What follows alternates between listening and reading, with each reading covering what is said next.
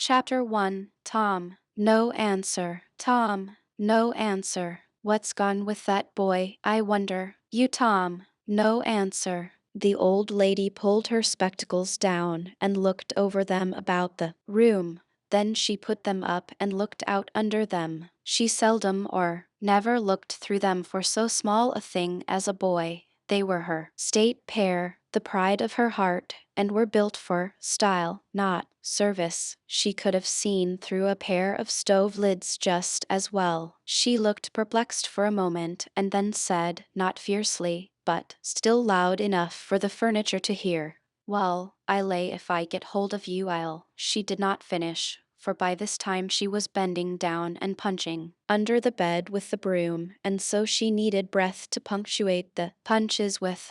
She resurrected nothing but the cat. I never did see the beat of that boy. She went to the open door and stood in it and looked out among the tomato vines and Jimson weeds that constituted the garden. No, Tom. So she lifted up her voice at an angle calculated for distance and shouted, "Why, oh, you, Tom." There was a slight noise behind her, and she turned just in time to seize a small boy by the slack of his roundabout and arrest his flight. "There, I may a thought of that closet. What you been doing in there?" "Nothing, nothing. Look at your hands, and look at your mouth." "What is that?" "Truck." "I don't know, Aunt." "Well, I know. It's jam, that's what it is. 40 times I've said if you didn't let that jam alone I'd skin you. Hand me that switch." The switch hovered in the air. The peril was desperate. "My, look behind you, Aunt." The old lady whirled round and snatched her skirts out of danger. The lad fled on the instant, scrambled up the high board fence, and disappeared over it. His Aunt Polly stood surprised a moment and then broke into a gentle laugh. "Hang the boy, can't I never learn anything? Ain't he played me tricks enough like that for me to be looking out for him by this time? But old fools is the biggest fools there is. Can't learn an old dog new tricks, as the saying is. But my goodness, he never plays them alike. 2 days, and how is a body to know what's coming? He pairs to know just how long he can torment me before I get my dander up, and he knows if he can make out to put me off for a minute or make me laugh, it's all down again, and I can't hit him a lick. I ain't doing my duty by that boy, and that's the Lord's truth. Goodness knows. Spare the rod and spile the child, as the good book says.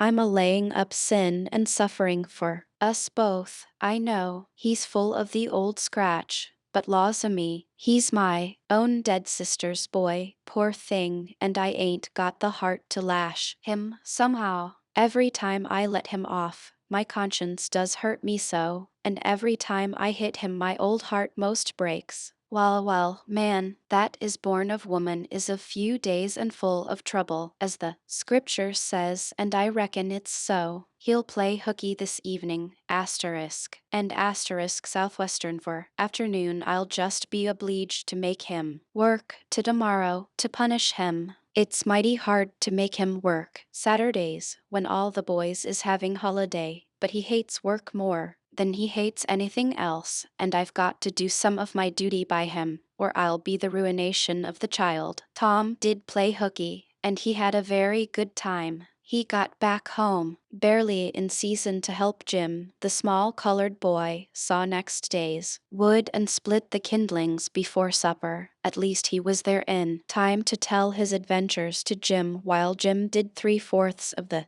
work. Tom's younger brother, or rather half-brother Sid, was already through with his part of the work picking up chips, for he was a quiet boy and had no adventurous, troublesome ways. While Tom was eating his supper and stealing sugar as opportunity offered, Aunt Polly asked him questions that were full of guile and very deep, for she wanted to trap him into damaging revealments. Like many other simple-hearted souls, it was her pet vanity to believe she was endowed with a talent for dark and mysterious diplomacy, and she loved to contemplate her most transparent devices as marvels of low cunning. Said she, Tom, it was middling warm in school, warn't it? Yes, powerful warm, warn't it? Yes.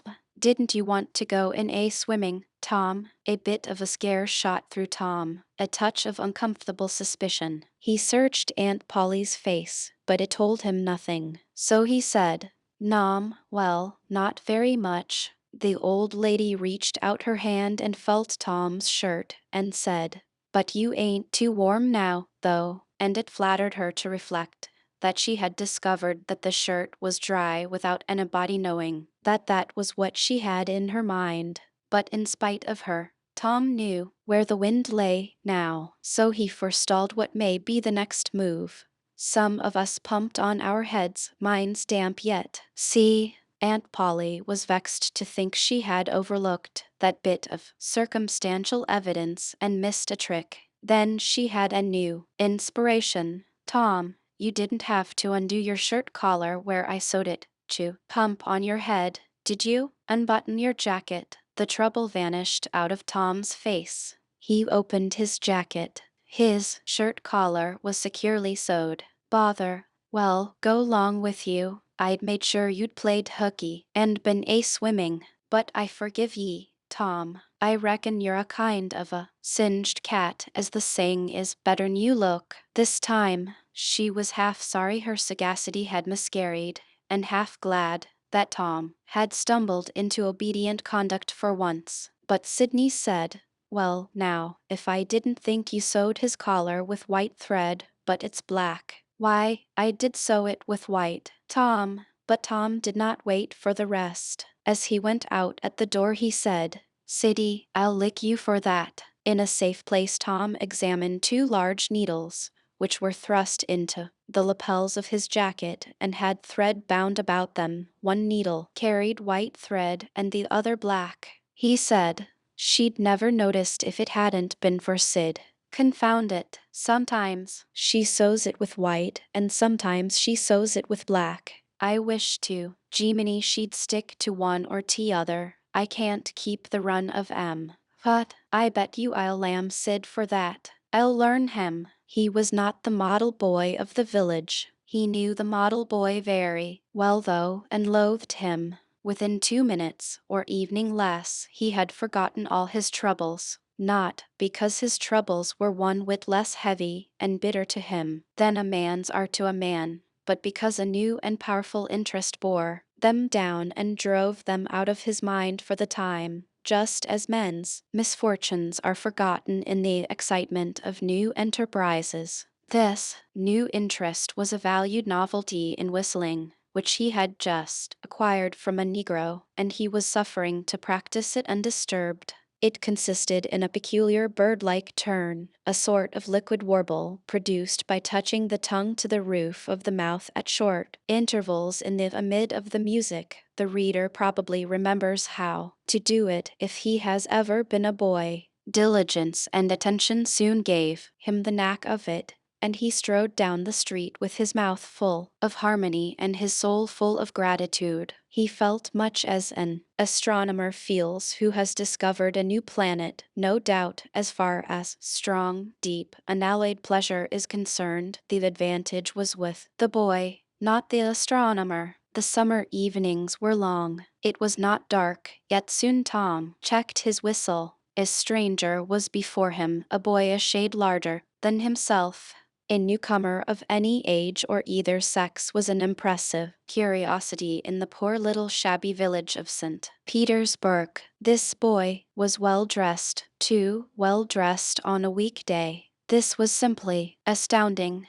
His cap was a dainty thing, his close-buttoned blue cloth roundabout was new and natty, and so were his pantaloons. He had shoes on, and it was only Friday. He evening wore a necktie, a bright bit of ribbon. He had a citified air about him that ate into Tom's vitals. The more Tom stared at the splendid marvel, the higher he turned up his nose at his finery, and the shabbier and shabbier his own outfit seemed to him to grow. Neither boy spoke. If one moved, the other moved, but only sidewise, in a circle. They kept face to face and eye to eye all the time. Finally Tom said, "I can lick you. I'd like to see you try it. Well, I can do it. No, you can't, either. Yes, I can. No, you can't. I can. You can't. Can't. An uncomfortable pause. Then Tom said, "What's your name?" "'Tisn't any of your business, maybe." "Well, I'll make it my business." "Well, why don't you?" "If you say much, I will." Much.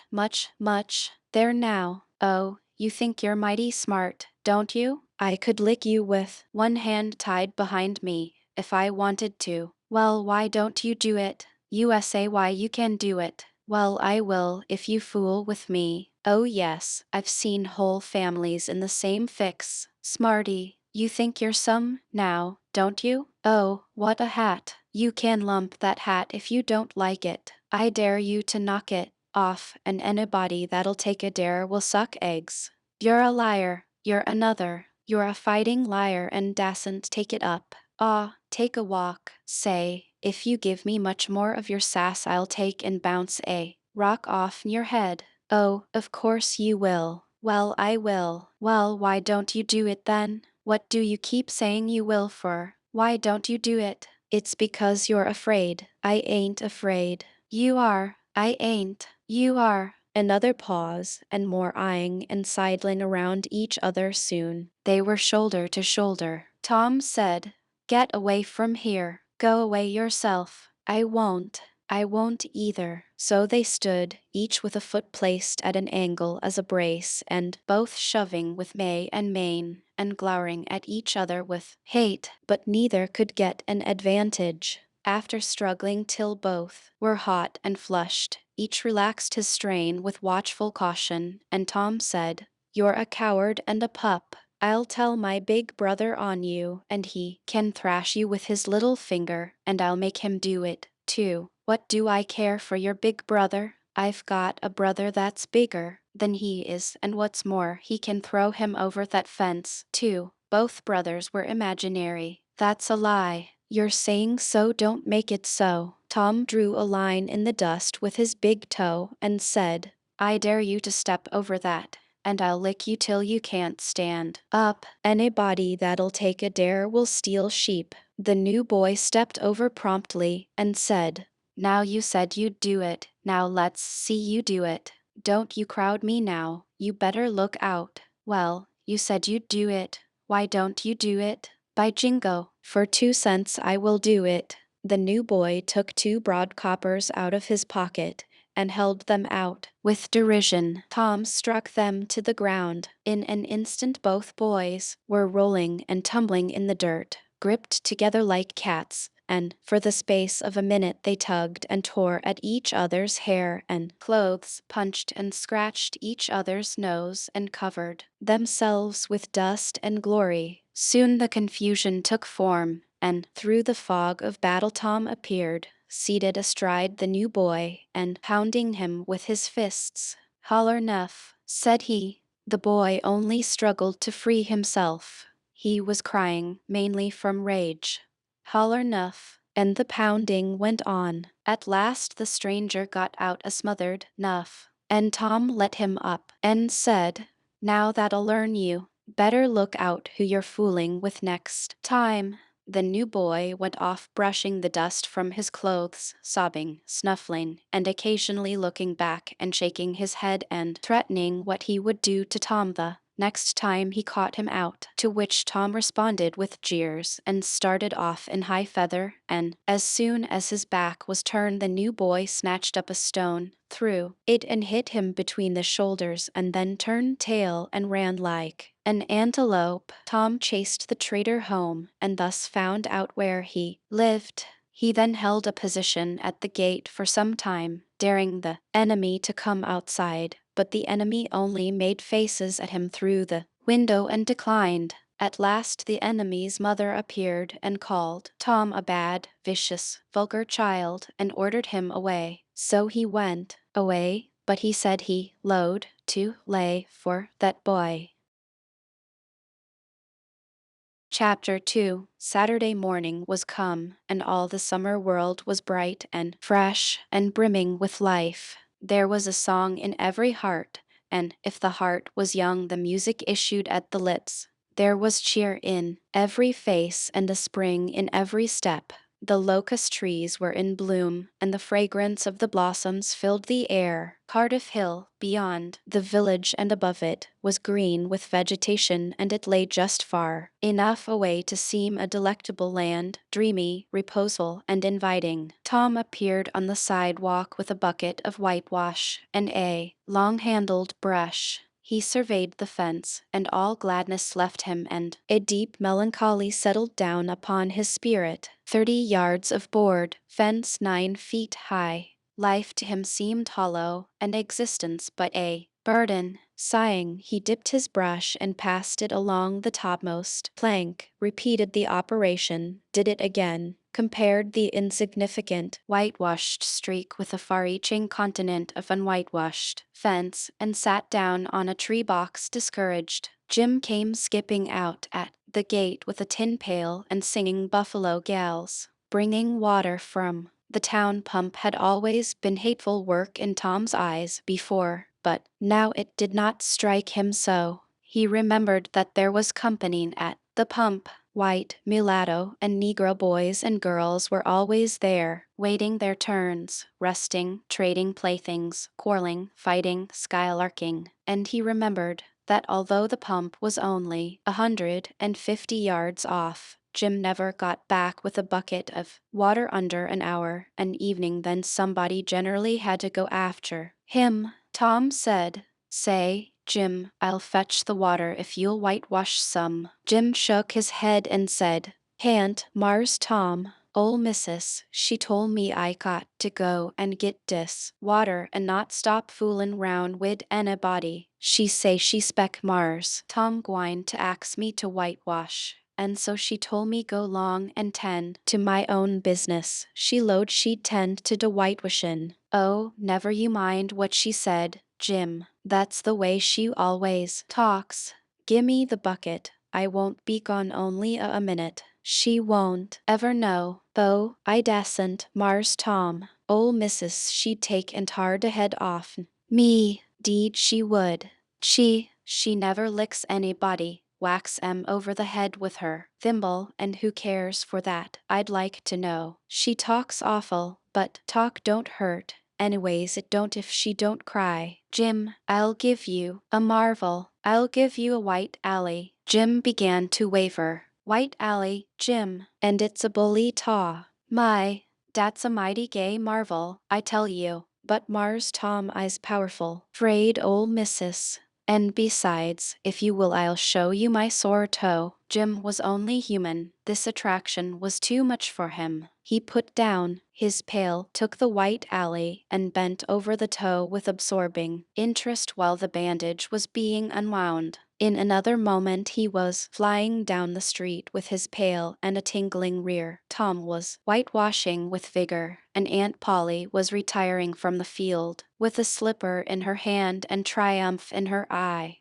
But Tom's energy did not last. He began to think of the fun he had planned for this day, and his sorrows multiplied. Soon the free boys would come tripping along on all sorts of delicious expeditions, and they would make a world of fun of him for having to work. The very thought of it burnt him like fire. He got out his worldly wealth and examined it. Bits of toys, marbles, and trash, enough to buy an exchange of work, maybe, but not half enough to buy so much as half an hour of pure freedom. So he returned his straitened means to his pocket, and gave up the idea of trying to buy the boys. At this dark and hopeless moment an inspiration burst upon him. Nothing less than a great, magnificent inspiration. He took up his brush and went tranquilly to work. Ben Rogers hove in sight soon, the very boy of all boys whose ridicule he had been dreading. Ben's gait was the hop, skip, and jump, proof enough that his heart was light and his anticipations high. He was eating an apple and giving a long, melodious whoop at intervals, followed by a deep-toned ding-dong-dong, ding-dong-dong, for he was personating a steamboat. As he drew near, he slackened speed, took the middle of the street, leaned far over to starboard and rounded to ponderously and with laborious pomp and circumstance, for he was personating the big Missouri, and considered himself to be drawing 9 feet of water. He was boat and captain and engine bells combined, so he had to imagine himself standing on his own hurricane deck giving the orders and executing them. "Stop her, sir." Ting-a-ling-ling. The headway ran almost out, and he drew up slowly toward the sidewalk, ship up to back. Ting-a-ling-ling. His arms straightened and stiffened down his sides, set her back on the stabboard. Ting-a-ling-ling. Chow. Chow wow. Chow. His right hand, meantime, describing stately circles, for it was representing a 40-foot wheel. Let her go back on the labboard. Ting-a-ling-ling. Chow chow chow. The left hand began to describe circles. Sop the stabboard. Ting-a-ling-ling. Sop the labboard. Come ahead. On the stabboard. Sop her. Let your outside turn over slow. Ting-a-ling-ling. Chow-o-o. Get out that headline. Lively now. Come out with your spring line. What are you about there? Take a turn. Round that stump with the bite of it. Stand by that stage. Now, let her go. Done with the engines, sir. Ting-a-ling-ling. Est. Trying the gauge cocks. Tom went on whitewashing, paid no attention to the steamboat. Ben stared a moment and then said, "Hi, you're up a stump, ain't you?" No answer. Tom surveyed his last touch with the eye of an artist. Then he gave his brush another gentle sweep and surveyed the result as before. Ben ranged up alongside of him. Tom's mouth watered for the apple, but he stuck to his work. Ben said, "Hello, old chap, you got to work, hey?" Tom wheeled suddenly and said, "Why, it's you, Ben. I warn't noticing. Say, I'm going in a swimming, I am. Don't you wish you could? But of course you'd druther work, wouldn't you? Course you would." Tom contemplated the boy a bit and said, "What do you call work?" "Why, ain't that work?" Tom resumed his whitewashing and answered carelessly, "Well, maybe it is and maybe it ain't. All I know is it suits Tom Sawyer. Oh come, now, you don't mean to let on that you like it?" The brush continued to move. "Like it? Well, I don't see why I oughtn't to like it. Does a boy get a chance to whitewash a fence every day? That put the thing in a new light." Ben stopped nibbling his apple. Tom swept his brush daintily back and forth, stepped back to note the effect, added a touch here and there, criticized the effect again. Ben, watching every move and getting more and more interested, more and more absorbed. Soon he said, "Say, Tom, let me whitewash a little." Tom considered, was about to consent, but he altered his mind. No, I reckon it wouldn't hardly do, Ben. You see, Aunt Polly's awful particular about this fence right here on the street, you know, but if it was the back fence I wouldn't mind and she wouldn't. Yes, she's awful particular about this fence. It's got to be done very careful. I reckon there ain't one boy in 1,000, maybe 2,000, that can do it the way it's got to be done. No, is that so? Oh come, now, lemme just try. Only just a little. I'd let you, if you was me. Tom, Ben, I'd like to, honest in Jun, but Aunt Polly, well, Jim wanted to do it, but she wouldn't let him. Sid wanted to do it, and she wouldn't let Sid. Now don't you see how I'm fixed? If you was to tackle this fence and anything was to happen to it, oh, shucks, I'll be just as careful. Now lemme try. Say, I'll give you the core of my apple. Well, here, no, Ben, now don't. I'm afeard. I'll give you all of it." Tom gave up the brush with reluctance in his face, but alacrity in his heart. And while the late steamer Big Missouri worked and sweated in the sun, the retired artist sat on a barrel in the shade close by, dangled his legs, munched his apple, and planned the slaughter of more innocents. There was no lack of material. Boys happened along every little while. They came to jeer, but remained to whitewash. By the time Ben was fagged out, Tom had traded the next chance to Billy Fisher for a kite in good repair, and when he played out, Johnny Miller bought in for a dead rat and a string to swing it with, and so on, hour after hour. And when the middle of the afternoon came, from being a poor poverty-stricken boy in the morning, Tom was literally rolling in wealth. He had, besides the things before mentioned, 12 marbles, part of a Jew's harp, a piece of blue bottle glass to look through, a spool cannon, a key that wouldn't unlock anything, a fragment of chalk, a glass stopper of a decanter, a tin soldier, a couple of tadpoles, 6 firecrackers, a kitten with only one eye, a brass doorknob, a dog collar, but no dog, the handle of a knife, 4 pieces of orange peel, and a dilapidated old window sash. He had had a nice, good, idle time all the while, plenty of company, and the fence had 3 coats of whitewash on it. If he hadn't run out of whitewash, he would have bankrupted every boy in the village. Tom said to himself that it was not such a hollow world, after all. He had discovered a great law of human action without knowing it, namely, that in order to make a man or a boy covet a thing, it is only necessary to make the thing difficult to attain. If he had been a great and wise philosopher, like the writer of this book, he would now have comprehended that work consists of whatever a body is obliged to do, and that play consists of whatever a body is not obliged to do. And this would help him to understand why constructing artificial flowers or performing on a treadmill is work, while rolling 10 pins or climbing Mont Blanc is only amusement. There are wealthy gentlemen in England who drive 4-horse passenger coaches 20 or 30 miles on a daily line in the summer because the privilege costs them considerable money. But if they were offered wages for the service, that would turn it into work, and then they would resign. Chapter 3. Tom presented himself before Aunt Polly, who was sitting by an open window in a pleasant rearward apartment, which was bedroom, breakfast room, dining room, and library combined. The balmy summer air, the restful quiet, the odor of the flowers, and the drowsing murmur of the bees had had their effect, and she was nodding over her knitting, for she had no company but the cat, and it was asleep in her lap. Her spectacles were propped up on her gray head for safety. She had thought that of course Tom had deserted long ago, and she wondered at seeing him place himself in her power again in this intrepid way. He said, "Mayn't I go and play now, Aunt?" "What, already? How much have you done?" "It's all done, Aunt." "Tom, don't lie to me. I can't bear it." "I ain't, Aunt. It is all done." Aunt Polly placed small trust in such evidence. She went out to see for herself, and she would have been content to find 20% of Tom's statement true. When she found the entire fence whitewashed,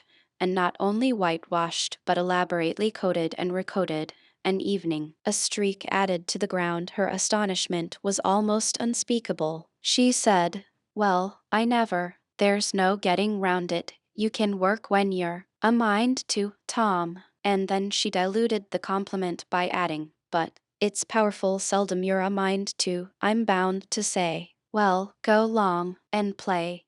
But mind you get back some time in a week, or I'll tan you." She was so overcome by the splendor of his achievement that she took him into the closet and selected a choice apple and delivered it to him, along with an improving lecture upon the added value and flavor a treat took to itself when it came without sin through virtuous effort. And while she closed with a happy scriptural flourish, he hooked a donut. Then he skipped out and saw Sid just starting up the outside stairway that led to the back rooms on the second floor. Clods were handy, and the air was full of them in a twinkling. They raged around Sid like a hailstorm, and before Aunt Polly could collect her surprised faculties and sally to the rescue, 6 or 7 clods had taken personal effect, and Tom was over the fence and gone. There was a gate, but as a general thing he was too crowded for time to make use of it. His soul was at peace now that he had settled with Sid for calling attention to his black thread and getting him into trouble. Tom skirted the block and came round into a muddy alley that led by the back of his aunt's cow stable. He soon got safely beyond the reach of capture and punishment and hastened toward the public square of the village, where two military companies of boys had met for conflict according to previous appointment. Tom was general of one of these armies, Joe Harper a bosom friend general of the other.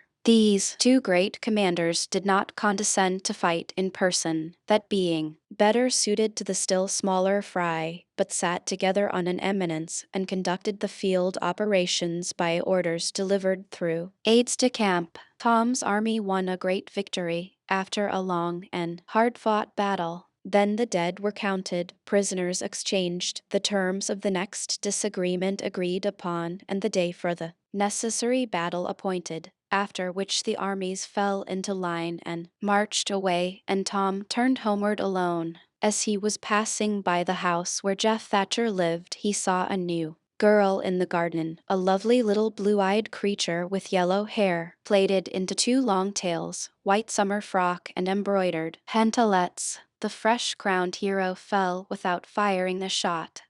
Certain Amy Lawrence vanished out of his heart, and left not even a memory of herself behind. He had thought he loved her to distraction. He had regarded his passion as adoration, and behold, it was only a poor, little evanescent partiality. He had been months winning her. She had confessed hardly a week ago. He had been the happiest and the proudest boy in the world only 7 short days, and here in one instant of time she had gone out of his heart like a casual stranger whose visit is done. He worshipped this new angel with furtive eye till he saw that she had discovered him. Then he pretended he did not know she was present and began to show off in all sorts of absurd boyish ways in order to win her admiration. He kept up this grotesque foolishness for some time, but by and by, while he was in the mid of some dangerous gymnastic performances, he glanced aside and saw that the little girl was wending her way toward the house. Tom came up to the fence and leaned on it, grieving and hoping she would tarry yet a while longer. She halted a moment on the steps and then moved toward the door. Tom heaved a great sigh as she put her foot on the threshold, but his face lit up right away, for she tossed a pansy over the fence a moment before she disappeared. The boy ran around and stopped within a foot or two of the flower, and then shaded his eyes with his hand and began to look down street as if he had discovered something of interest going on in that direction. Soon he picked up a straw and began trying to balance it on his nose, with his head tilted far back, and as he moved from side to side in his efforts, he edged nearer and nearer toward the pansy. Finally, his bare foot rested upon it, his pliant toes closed upon it, and he hopped away with the treasure and disappeared round the corner. But only for a minute, only while he could button the flower inside his jacket, next his heart, or next his stomach, possibly, for he was not much posted in anatomy, and not hypercritical, anyway. He returned, now, and hung about the fence till nightfall, showing off as before. But the girl never exhibited herself again, though Tom comforted himself a little with the hope that she had been near some window meantime and been aware of his attentions. Finally he strode home reluctantly, with his poor head full of visions. All through supper his spirits were so high that his aunt wondered what had got into the child. He took a good scolding about clodding Sid and did not seem to mind it in the least. He tried to steal sugar under his aunt's very nose and got his knuckles rapped for it. He said, "Aunt, you don't whack Sid when he takes it." "Well, Sid don't torment a body the way you do. You'd be always into that sugar if I weren't watching you." Soon she stepped into the kitchen, and Sid, happy in his immunity, reached for the sugar bowl, a sort of glorying over Tom which was well-nigh unbearable. But Sid's fingers slipped and the bowl dropped and broke. Tom was in ecstasies. in such ecstasies that he evening controlled his tongue and was silent. He said to himself that he would not speak a word evening when his aunt came in, but would sit perfectly still till she asked who did the mischief, and then he would tell, and there would be nothing so good in the world as to see that pet model catch it. He was so brimful of exultation that he could hardly hold himself when the old lady came back and stood above the rack, discharging lightnings of wrath from over her spectacles. He said to himself, "Now it's coming," and the next instant he was sprawling on the floor. The potent palm was uplifted to strike again when Tom cried out, "Hold on, now, what are you belting me for?" Sid broke it. Aunt Polly paused, perplexed, and Tom looked for healing pity. But when she got her tongue again, she only said, "Umph, well, you didn't get a lick amiss, I reckon. You been into some other audacious mischief when I wasn't around, like enough." Then her conscience reproached her, and she yearned to say something kind and loving, but she judged that this would be construed into a confession that she had been in the wrong, and discipline forbade that. So she kept silence and went about her affairs with a troubled heart. Tom sulked in a corner and exalted his woes. He knew that in her heart his aunt was on her knees to him, and he was morosely gratified by the consciousness of it. He would hang out no signals, he would take notice of none. He knew that a yearning glance fell upon him, now and then, through a film of tears, but he refused recognition of it. He pictured himself lying sick unto death, and his aunt bending over him beseeching one little forgiving word, but he would turn his face to the wall, and die with that word unsaid. Ah, how would she feel then? And he pictured himself brought home from the river, dead, with his curls all wet, and his sore heart at rest. How she would throw herself upon him, and how her tears would fall like rain, and her lips pray God to give her back her boy, and she would never, never abuse him any more, but he would lie there cold and white and make no sign, a poor little sufferer whose griefs were at an end. He so worked upon his feelings with the pathos of these dreams that he had to keep swallowing. He was so like to choke, and his eyes swam in a blur of water, which overflowed when he winked and ran down and trickled from the end of his nose. And such a luxury to him was this petting of his sorrows, that he could not bear to have any worldly cheeriness or any grating delight intrude upon it. It was too sacred for such contact, and so, soon, when his cousin Mary danced in, all alive with the joy of seeing home again after an age-long visit of 1 week to the country, he got up and moved in clouds and darkness out at one door as she brought song and sunshine in at the other. He wandered far from the accustomed haunts of boys, and sought desolate places that were in harmony with his spirit. A log raft in the river invited him, and he seated himself on its outer edge and contemplated the dreary vastness of the stream, wishing, the while, that he could only be drowned all at once and unconsciously, without undergoing the uncomfortable routine devised by nature. Then he thought of his flower. He got it out, rumpled and wilted, and it mightily increased his dismal felicity. He wondered if she would pity him if she knew. Would she cry and wish that she had a right to put her arms around his neck and comfort him? Or would she turn coldly away like all the hollow world? This picture brought such an agony of pleasurable suffering that he worked it over and over again in his mind and set it up in new and varied lights till he wore it threadbare. At last he rose up sighing and departed in the darkness. About 9:30 or 10 o'clock he came along the deserted street to where the adored unknown lived. He paused a moment. No sound fell upon his listening ear. A candle was casting a dull glow upon the curtain of the second-story window. Was the sacred presence there? He climbed the fence, threaded his stealthy way through the plants, till he stood under that window. He looked up at it long, and with emotion. Then he laid him down on the ground under it, disposing himself upon his back, with his hands clasped upon his breast and holding his poor, wilted flower,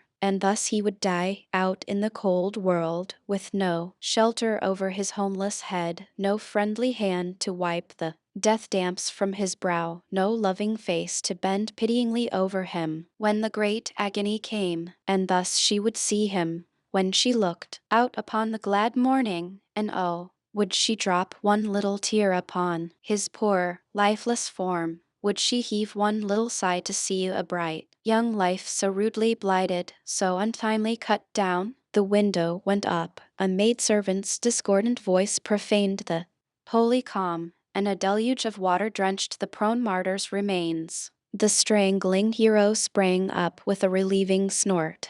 There was a whiz, as of a missile in the air, mingled with the murmur of a curse, a sound, as of shivering glass followed, and a small, vague form went over the fence and shot away in the gloom. Not long after, as Tom, all undressed for bed, was surveying his drenched garments by the light of a tallow dip, Sid woke up. But if he had any dim idea of making any references to illusions, he thought better of it and held his peace, for there was danger in Tom's eye. Chapter 4. The sun rose upon a tranquil world and beamed down upon the peaceful village like a benediction. Breakfast over, Aunt Polly had family worship. It began with a prayer built from the ground up of solid courses of scriptural quotations welded together with a thin mortar of originality, and from the summit of this she delivered a grim chapter of the Mosaic law, as from Sinai. Then Tom girded up his loins, so to speak, and went to work to get his verses. Sid had learned his lesson days before. Tom bent all his energies to the memorizing of 5 verses, and he chose part of the Sermon on the Mount because he could find no verses that were shorter. At the end of half an hour Tom had a vague general idea of his lesson, but no more, for his mind was traversing the whole field of human thought, and his hands were busy with distracting recreations. Mary took his book to hear him recite, and he tried to find his way through the fog. Blessed are the poor, yes, poor, blessed are the poor, in spirit, blessed are the poor in spirit, for theirs, blessed are the poor in spirit, for theirs is the kingdom of heaven. Blessed are they that mourn, for they, sh, for they, for they I don't know what it is, shall, for they shall, shall mourn, blessed are they that shall, they that shall mourn, for they shall what? Why don't you tell me, Mary? What do you want to be so mean for? Oh, Tom, you poor thick-headed thing, I'm not teasing you. I wouldn't do that. You must go and learn it again. Don't you be discouraged, Tom. You'll manage it, and if you do, I'll give you something ever so nice. There, now, that's a good boy. All right. What is it, Mary? Tell me what it is. Never you mind, Tom. You know if I say it's nice, it is nice. You bet you that's so, Mary. All right, I'll tackle it again. And he did tackle it again, and under the double pressure of curiosity and prospective gain he did it with such spirit that he accomplished a shining success. Mary gave him a brand new Barlow knife worth 12.5 cents, and the convulsion of delight that swept his system shook him to his foundations. True, the knife would not cut anything, but it was a sure enough Barlow, and there was inconceivable grandeur in that, though where the Western boys ever got the idea that such a weapon could possibly be counterfeited to its injury is an imposing mystery and will always remain so, perhaps. Tom contrived to scarify the cupboard with it, and was arranging to begin on the bureau when he was called off to dress for Sunday school. Mary gave him a tin basin of water and a piece of soap, and he went outside the door and set the basin on a little bench there. Then he dipped the soap in the water and laid it down, turned up his sleeves, poured out the water on the ground gently and then entered the kitchen and began to wipe his face diligently on the towel behind the door. But Mary removed the towel and said, "Now ain't you ashamed, Tom? You mustn't be so bad. Water won't hurt you." Tom was a trifle disconcerted. The basin was refilled, and this time he stood over it a little while, gathering resolution, took in a big breath, and began. When he entered the kitchen soon, with both eyes shut and groping for the towel with his hands, an honorable testimony of suds and water was dripping from his face. But when he emerged from the towel, he was not yet satisfactory, for the clean territory stopped short at his chin and his jaws, like a mask. Below and beyond this line, there was a dark expanse of unirrigated soil that spread downward in front and backward around his neck. Mary took him in hand, and when she was done with him he was a man and a brother, without distinction of color, and his saturated hair was neatly brushed, and its short curls wrought into a dainty and symmetrical general effect. He privately smoothed out the curls with labor and difficulty and plastered his hair close down to his head, for he held curls to be effeminate, and his own filled his life with bitterness. Then Mary got out a suit of his clothing that had been used only on Sundays during 2 years. They were simply called his other clothes, and so by that we know the size of his wardrobe. The girl put him to rights. After he had dressed himself, she buttoned his neat roundabout up to his chin,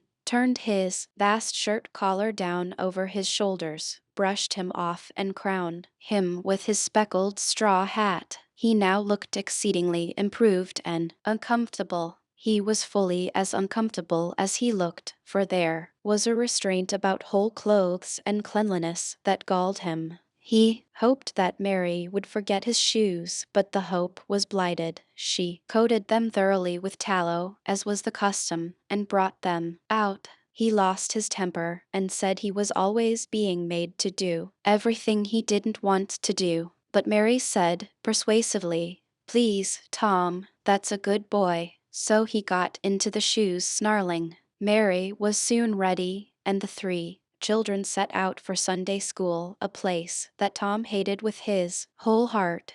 But Sid and Mary were fond of it. Sabbath school hours were from 9 to 10:30, and then church service. Two of the children always remained for the sermon, voluntarily, and the other always remained too, for stronger reasons. The church's high-backed, uncushioned pews would seat about 300 persons. The edifice was but a small, plain affair, with a sort of pine-board tree box on top of it for a steeple. At the door Tom dropped back a step and accosted a Sunday-dressed comrade.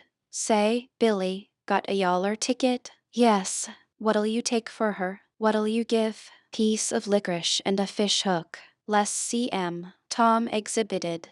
They were satisfactory, and the property changed hands. Then Tom traded a couple of white Alice for 3 red tickets, and some small trifle or other for a couple of blue ones. He waylaid other boys as they came, and went on buying tickets of various colors 10 or 15 minutes longer. He entered the church now with a swarm of clean and noisy boys and girls, proceeded to his seat and started a quarrel with the first boy that came handy. The teacher, a grave, elderly man, interfered, then turned his back a moment, and Tom pulled a boy's hair in the next bench and was absorbed in his book when the boy turned around, stuck a pin in another boy soon, in order to hear him say, "Ouch," and got a new reprimand from his teacher. Tom's whole class were of a pattern, restless, noisy, and troublesome. When they came to recite their lessons, not one of them knew his verses perfectly, but had to be prompted all along. However, they worried through, and each got his reward in small blue tickets, each with a passage of scripture on it. Each blue ticket was pay for 2 verses of the recitation. 10 blue tickets equaled a red one, and could be exchanged for it. 10 red tickets equaled a yellow one. For 10 yellow tickets, the superintendent gave a very plainly bound Bible worth 40 cents in those easy times to the pupil. How many of my readers would have the industry and application to memorize 2,000 verses evening for a door Bible? And yet Mary had acquired 2 Bibles in this way. It was the patient work of 2 years, and a boy of German parentage had 1, 4, or 5. He once recited 3,000 verses without stopping, but the strain upon his mental faculties was too great, and he was little better than an idiot from that day forth, a grievous misfortune for the school, for on great occasions, before company, the superintendent, as Tom expressed it, had always made this boy come out and spread himself. Only the older pupils managed to keep their tickets and stick to their tedious work long enough to get a Bible, and so the delivery of one of these prizes was a rare and noteworthy circumstance. The successful pupil was so great and conspicuous for that day that on the spot every scholar's heart was fired with a fresh ambition that often lasted a couple of weeks. It is possible that Tom's mental stomach had never really hungered for one of those prizes, but unquestionably his entire being had for many a day longed for the glory and the eclat that came with it. In due course the superintendent stood up in front of the pulpit, with a closed hymn book in his hand and his forefinger inserted between its leaves, and commanded attention. When the Sunday school superintendent makes his customary little speech, a hymn book in the hand is as necessary as is the inevitable sheet of music in the hand of a singer who stands forward on the platform and sings a solo at a concert, though why is a mystery, for neither the hymn book nor the sheet of music is ever referred to by the sufferer. This superintendent was a slim creature of 35, with a sandy goatee and short sandy hair. He wore a stiff standing collar whose upper edge almost reached his ears and whose sharp points curved forward abreast the corners of his mouth, a fence that compelled a straight lookout ahead and a turning of the whole body when a side view was required. His chin was propped on a spreading cravat which was as broad and as long as a bank note, and had fringed ends. His boot toes were turned sharply up, in the fashion of the day, like sleigh runners, an effect patiently and laboriously produced by the young men by sitting with their toes pressed against a wall for hours together. Mr. Walters was very earnest of mien, and very sincere and honest at heart, and he held sacred things and places in such reverence, and so separated them from worldly matters, that unconsciously to himself his Sunday school voice had acquired a peculiar intonation which was wholly absent on weekdays. He began after this fashion: "Now, children, I want you all to sit up just as straight and pretty as you can and give me all your attention for a minute or two. There, that is it. That is the way good little boys and girls should do. I see one little girl who is looking out of the window. I am afraid she thinks I am out there somewhere, perhaps up in one of the trees making a speech to the little birds." A flossive titter. "I want to tell you how good it makes me feel to see so many bright, clean little faces assembled in a place like this, learning to do right and be good." And so forth and so on. It is not necessary to set down the rest of the oration. It was of a pattern which does not vary, and so it is familiar to us all. The latter third of the speech was marred by the resumption of fights and other recreations among certain of the bad boys, and by fidgetings and whisperings that extended far and wide, washing evening to the bases of isolated and incorruptible rocks like Sid and Mary. But now every sound ceased suddenly, with the subsidence of Mr. Walter's voice, and the conclusion of the speech was received with a burst of silent gratitude. A good part of the whispering had been occasioned by an event which was more or less rare: the entrance of visitors. Lawyer Thatcher, accompanied by a very feeble and aged man, a fine, portly, middle-aged gentleman with iron-gray hair, and a dignified lady who was doubtless the latter's wife. The lady was leading a child. Tom had been restless, and full of chafings and repinings, conscience smitten, too. He could not meet Amy Lawrence's eye, he could not brook her loving gaze. But when he saw this small newcomer, his soul was all ablaze with bliss in a moment. The next moment he was showing off with all his May, puffing boys, pulling hair, making faces, in a word, using every art that seemed likely to fascinate a girl and win her applause. His exultation had but one alloy, the memory of his humiliation in this angel's garden, and that record in sand was fast washing out under the waves of happiness that were sweeping over it now. The visitors were given the highest seat of honor, and as soon as Mr. Walter's speech was finished, he introduced them to the school. The middle-aged man turned out to be a prodigious personage, no less a one than the county judge, altogether the most august creation these children had ever looked upon, and they wondered what kind of material he was made of, and they half wanted to hear him roar, and were half afraid he may, too. He was from Constantinople, 12 miles away, so he had traveled and seen the world.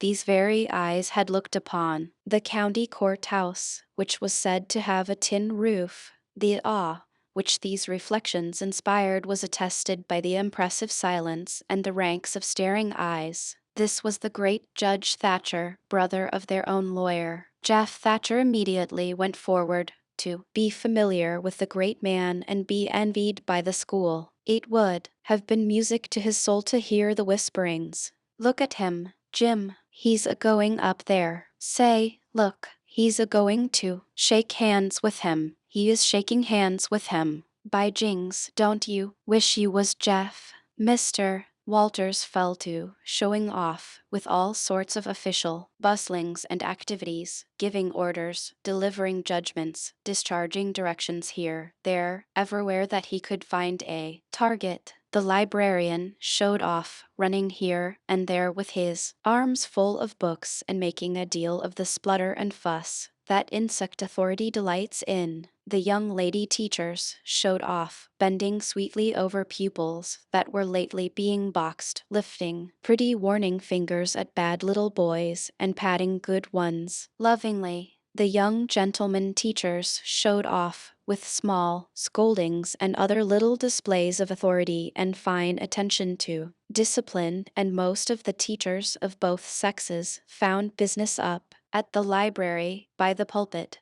and it was business that frequently had to be done over again 2 or 3 times with much seeming vexation. The little girls showed off in various ways, and the little boys showed off with such diligence that the air was thick with paper wads and the murmur of scufflings. And above it all the great man sat and beamed a majestic judicial smile upon all the house, and warmed himself in the sun of his own grandeur, for he was showing off, too. There was only one thing wanting to make Mr. Walter's ecstasy complete, and that was a chance to deliver a Bible prize and exhibit a prodigy. Several pupils had a few yellow tickets, but none had enough. He had been around among the star pupils inquiring. He would have given worlds now to have that German lad back again with a sound mind. And now, at this moment, when hope was dead, Tom Sawyer came forward with 9 yellow tickets, 9 red tickets, and 10 blue ones, and demanded a Bible. This was a thunderbolt out of a clear sky. Walters was not expecting an application from this source for the next 10 years,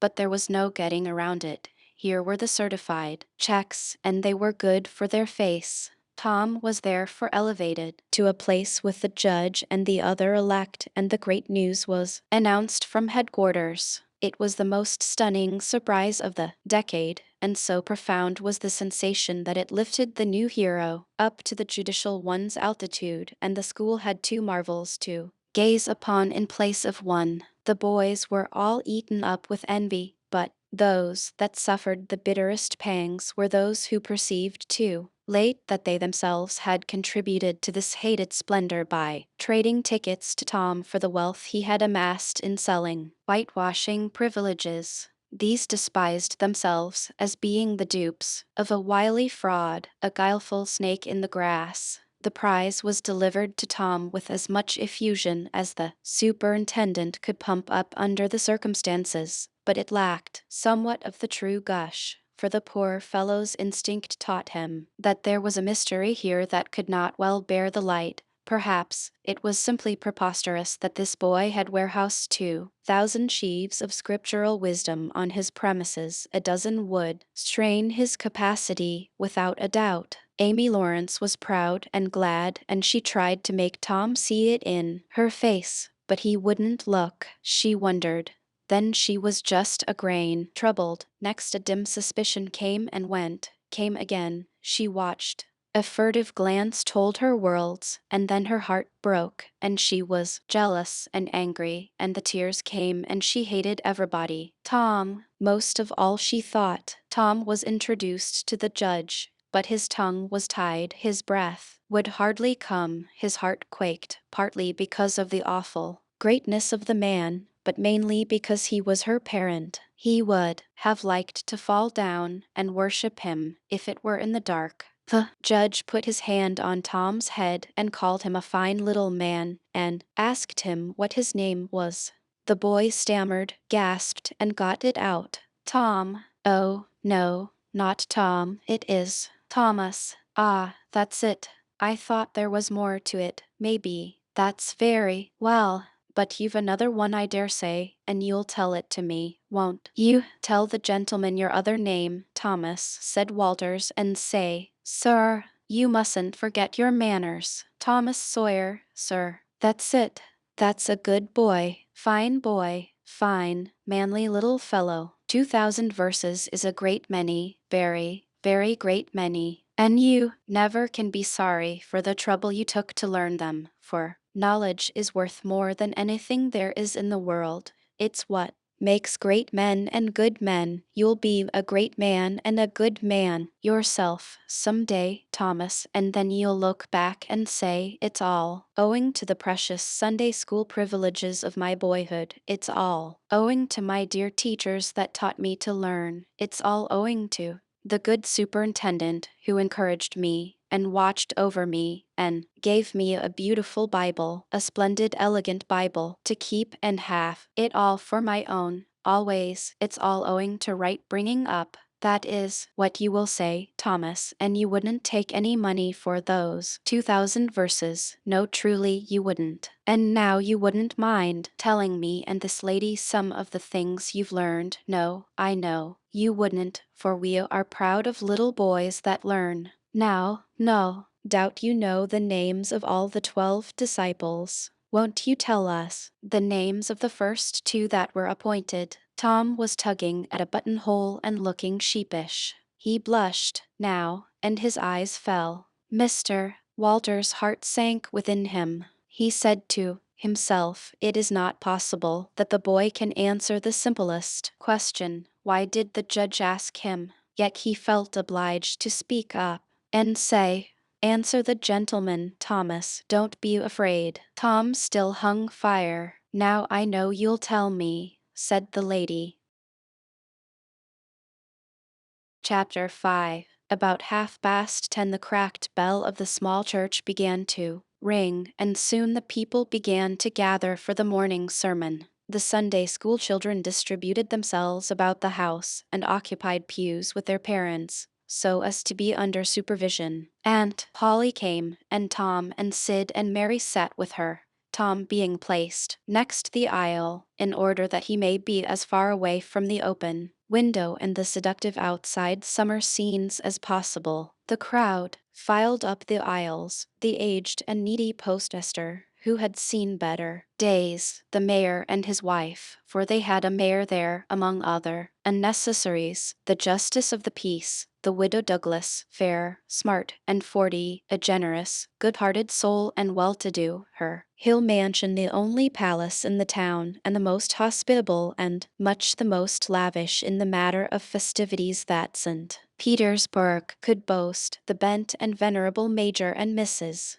Ward, lawyer, Riverson, the new notable from a distance, next the belle of the village, followed by a troop of long-clad and ribbon-decked young heartbreakers, then all the young clerks in town in a body, for they had stood in the vestibule sucking their cane heads, a circling wall of oiled and simpering admirers, till the last girl had run their gauntlet. And last of all came the model boy, Willie Mufferson, taking as heedful care of his mother as if she were cut glass. He always brought his mother to church and was the pride of all the matrons. The boys all hated him, he was so good, and besides he had been thrown up to them so much. His white handkerchief was hanging out of his pocket behind.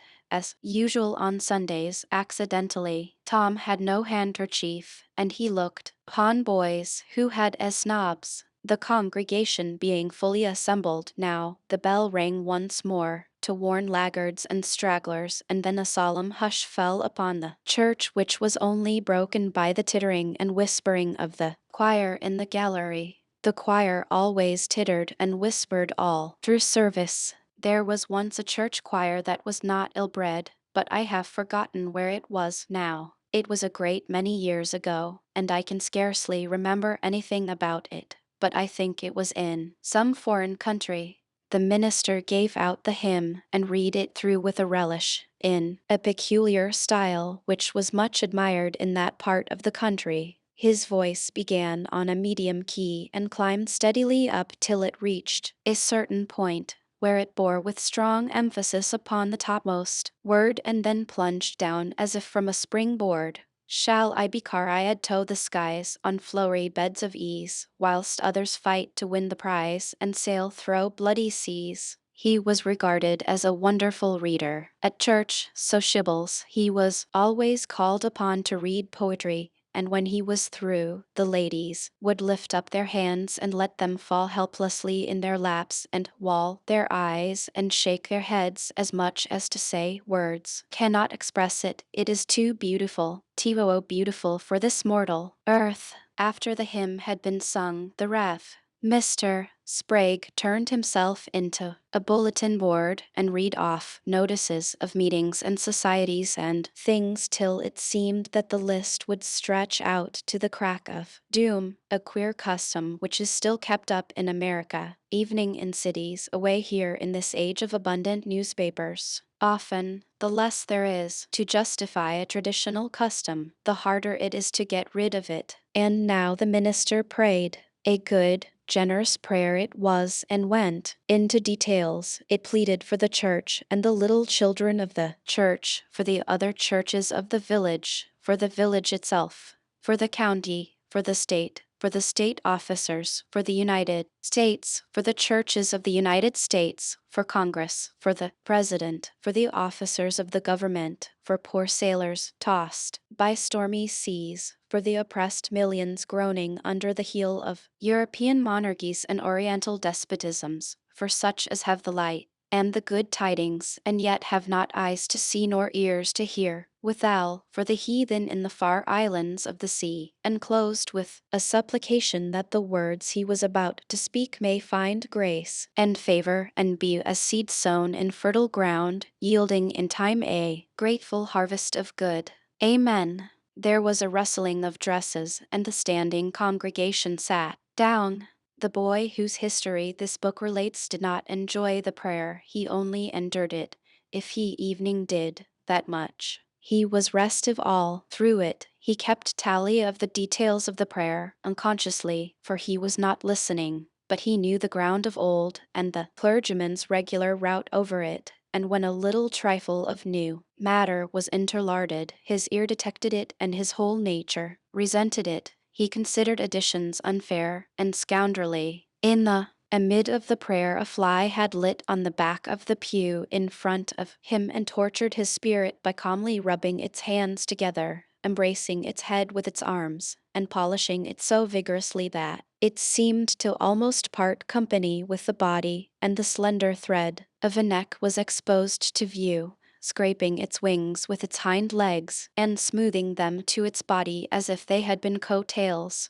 going through its whole toilet as tranquilly as if it knew it was perfectly safe. As truly it was, for as sorely as Tom's hands itched to grab for it, they did not dare. He believed his soul would be instantly destroyed if he did such a thing while the prayer was going on. But with the closing sentence his hand began to curve and steal forward, and the instant the Amen was out, the fly was a prisoner of war. His aunt detected the act and made him let it go. The minister gave out his text and droned along monotonously through an argument that was so prosy that many a head soon began to nod, and yet it was an argument that dealt in limitless fire and brimstone, and thinned the predestined elect down to a company so small as to be hardly worth the saving. Tom counted the pages of the sermon. After church he always knew how many pages there had been, but he seldom knew anything else about the discourse. However, this time he was really interested for a little while. The minister made a grand and moving picture of the assembling together of the world's hosts at the millennium, when the lion and the lamb should lie down together and a little child should lead them.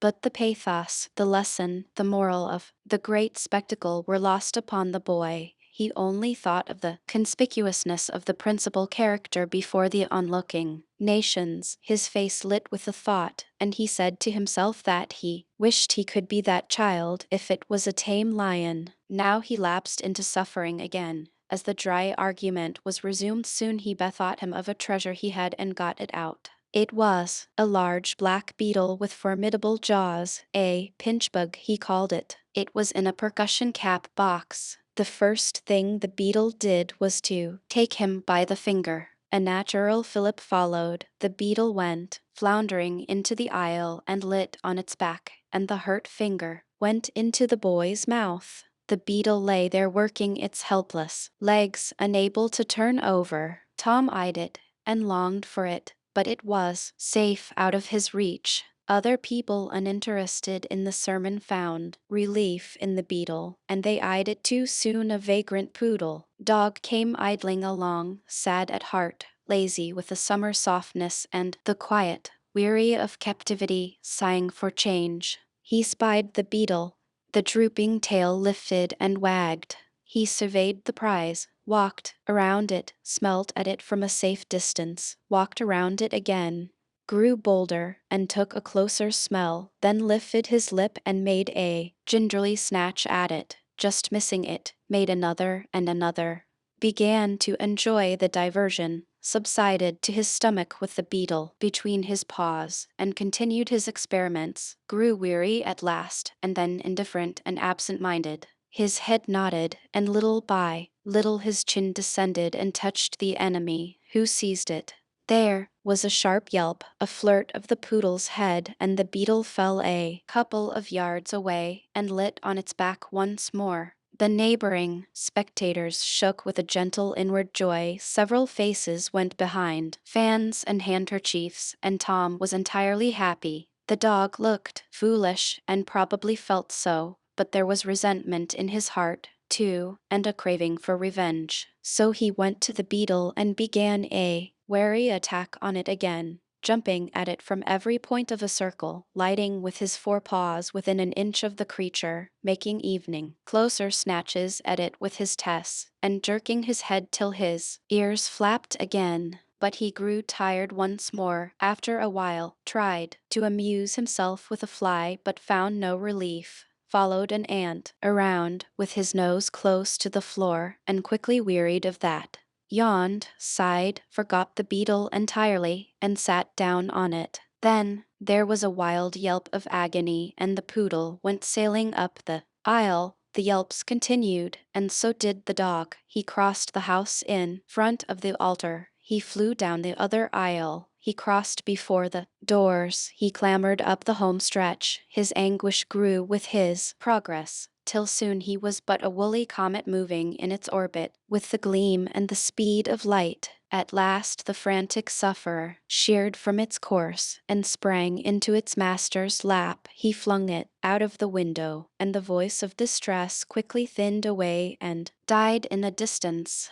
By this time the whole church was red-faced and suffocating with suppressed laughter, and the sermon had come to a dead standstill. The discourse was resumed soon, but it went lame and halting, all possibility of impressiveness being at an end, for evening the gravest sentiments were constantly being received with a smothered burst of unholy mirth, under cover of some remote pew back, as if the poor parson had said a rarely facetious thing. It was a genuine relief to the whole congregation when the ordeal was over and the benediction pronounced. Tom Sawyer went home quite cheerful, thinking to himself that there was some satisfaction about divine service when there was a bit of variety in it.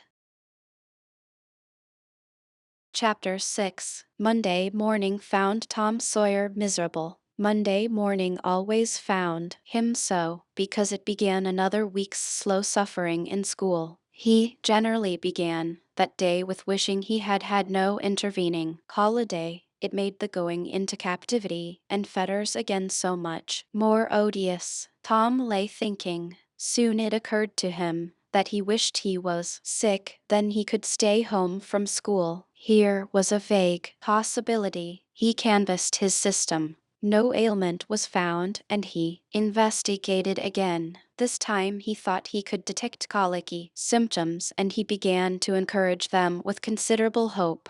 But they soon grew feeble and soon died wholly away. He reflected further. Suddenly he discovered something. One of his upper front teeth was loose. This was lucky. He was about to begin to groan as a starter, as he called it, when it occurred to him that if he came into court with that argument his aunt would pull it out, and that would hurt. So he thought he would hold the tooth in reserve for the present and seek further. Nothing offered for some little time, and then he remembered hearing the doctor tell about a certain thing that laid up a patient for 2 or 3 weeks and threatened to make him lose a finger. So the boy eagerly drew his sore toe from under the sheet and held it up for inspection. But now he did not know the necessary symptoms. However, it seemed well worth while to chance it, so he fell to groaning with considerable spirit. But Sid slept on unconscious.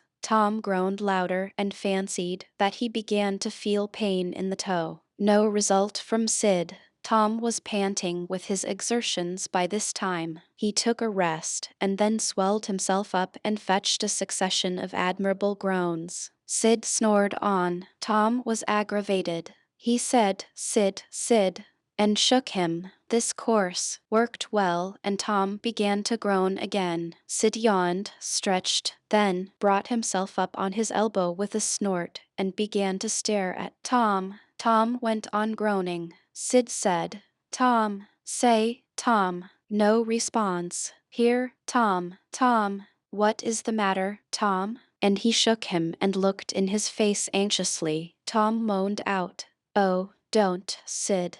Don't joggle me." "Why, what's the matter, Tom?" "I must call Auntie." "No, never mind. It'll be over soon, maybe." "Don't call anybody." "But I must." "Don't groan so, Tom. It's awful." "How long you been this way?" "Hours." "Ouch." "Oh, don't stir so, Sid. You'll kill me." "Tom, why didn't you wake me sooner?" "Oh, Tom, don't. It makes my flesh crawl to hear you." "Tom, what is the matter?" "I forgive you everything, Sid. Brown, everything you've ever done to me when I'm gone." "Oh, Tom, you ain't dying, are you?" "Don't, Tom. Oh, don't." "Maybe. I forgive everybody, Sid." "Brown, tell 'em so, Sid." "And Sid, you give my window sash and my cat with one eye to that new girl that's come to town, and tell her." But Sid had snatched his clothes and gone. Tom was suffering in reality now, so handsomely was his imagination working, and so his groans had gathered quite a genuine tone. Sid flew downstairs and said, "Oh, Aunt Polly, come. Tom's dying." "Dying?" "Yes. Don't wait. Come quick." "Rubbish. I don't believe it." But she fled upstairs, nevertheless, with Sid and Mary at her heels, and her face grew white, too, and her lip trembled when she reached the bedside, she gasped out. You, Tom, what's the matter with you? Oh, Addie, what's the matter with you? What is the matter with you, child? Oh, Andy, my sore toes mortified. The old lady sank down into a chair and laughed a little, then cried a little, then did both together. This restored her, and she said, Tom, what a turn you did give me. Now you shut up that nonsense and climb out of this. The groans ceased and the pain vanished from the toe. The boy felt a little foolish, and he said, Aunt Polly, it seemed mortified, and it hurt so I never minded my tooth at all. Your tooth, truly, what's the matter with your tooth? One of them's loose, and it aches perfectly awful. There, now, don't begin that groaning again. Open your mouth. Well, your tooth is loose, but you're not going to die about that. Mary, get me a silk thread and a chunk of fire out of the kitchen. Tom said, Oh, please, Auntie, don't pull it out. It don't hurt any more. I wish I may never stir if it does. Please don't, Auntie. I don't want to stay home from school. Oh, you don't you? So all this row was because you thought you'd get to stay home from school and go fishing? Tom, I love you so, and you seem to try every way you can to break my old heart with your outrageousness. By this time the dental instruments were ready. The old lady made one end of the silk thread fast to Tom's tooth with a loop and tied the other to the bedpost. Then she seized the chunk of fire and suddenly thrust it almost into the boy's face. The tooth hung dangling by the bedpost now, but all trials bring their compensations. As Tom wended to school after breakfast, he was the envy of every boy he met, because the gap in his upper row of tests enabled him to expectorate in a new and admirable way. He gathered quite a following of lads interested in the exhibition, and one that had cut his finger and had been a center of fascination and homage up to this time, now found himself suddenly without an adherent and shorn of his glory. His heart was heavy, and he said with a disdain which he did not feel that it wasn't anything to spit like Tom Sawyer. But another boy said, sour grapes, and he wandered away a dismantled hero. Shortly Tom came upon the juvenile pariah of the village, Huckleberry Finn, son of the town drunkard. Huckleberry was cordially hated and dreaded by all the mothers of the town because he was idle and lawless and vulgar and bad, and because all their children admired him so and delighted in his forbidden society and wished they dared to be like him. Tom was like the rest of the respectable boys in that he envied Huckleberry his gaudy outcast condition and was under strict orders not to play with him, so he played with him every time he got a chance. Huckleberry was always dressed in the cast-off clothes of full-grown men, and they were in perennial bloom and fluttering with rags. His hat was a vast ruin with a wide crescent lopped out of its brim. His coat, when he wore one, hung nearly to his heels and had the rearward buttons far down the back, but one suspender supported his trousers. The seat of the trousers bagged low and contained nothing. The fringed legs dragged in the dirt when not rolled up. Huckleberry came and went at his own free will. He slept on doorsteps, in fine weather, and in empty hogsheads in wet. He did not have to go to school or to church, or call any being master or obey anybody. He could go fishing or swimming when and where he chose, and stay as long as it suited him. Nobody forbade him to fight. He could sit up as late as he pleased. He was always the first boy that went barefoot in the spring, and the last to resume leather in the fall. He never had to wash nor put on clean clothes. He could swear wonderfully. In a word, everything that goes to make life precious that boy had. So thought every harassed, hampered, respectable boy in St. Petersburg. Tom hailed the romantic outcast. Hello, Huckleberry. Hello yourself, and see how you like it. What's that you got? Dead cat. Lemme see him, Huck. My, he's pretty stiff. Where'd you get him? Bought him off na boy. What did you give I give a blue ticket and a bladder that I got at the slaughterhouse. Where'd you get the blue ticket? Bought it off Ben Rogers 2 weeks ago for a hoop stick. Say, what is dead cats good for, Huck? Good for cure warts with.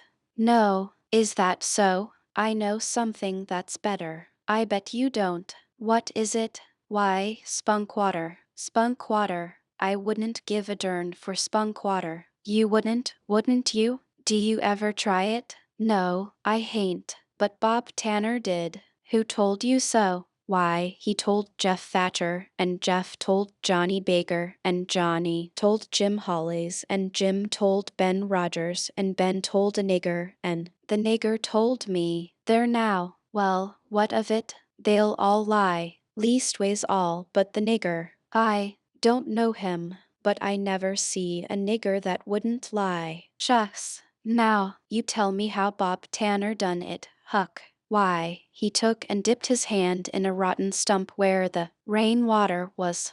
In the daytime? Certainly. With his face to the stump? Yes. Least I reckon so. Did he say anything? I don't reckon he did. I don't know. Aha. Talk about trying to cure warts with spunk water, such a blame fool way is that. Why, that ain't going to do any good. You got to go, all by yourself, to the middle of the woods, where you know there's a spunk water stump, and just as it's midnight you back up against the stump and jam your hand in and say, barley corn, in John Meal shorts, spunk water, swallow these warts. And then walk away quick 11 steps with your eyes shut, and then turn around 3 times and walk home without speaking to anybody, because if you speak the charm's busted.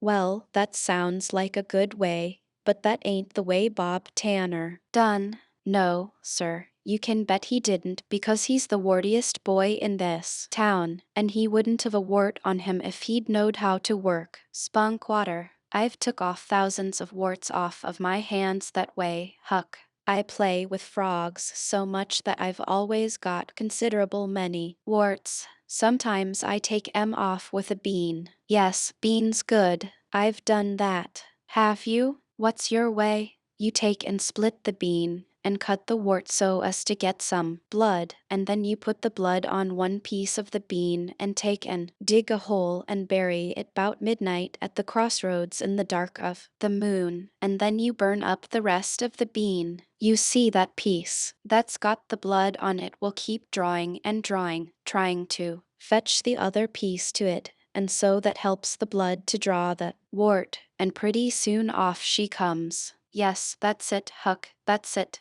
Though when you're burying it, if you say down bean, off wart, come no more to bother me, it's better. That's the way Joe Harper does, and he's been nearly to Coonville and most everywheres. But say, how do you cure 'em with dead cats? Why, you take your cat and go and get in the graveyard long about midnight when somebody that was wicked has been buried, and when it's midnight a devil will come, or maybe 2 or 3, but you can't see 'em, you can only hear something like the wind, or maybe hear 'em talk. And when they are taking that feller away, you heave your cat after 'em, and say, devil follow corpse, cat follow devil, warts follow cat, I'm done with ye.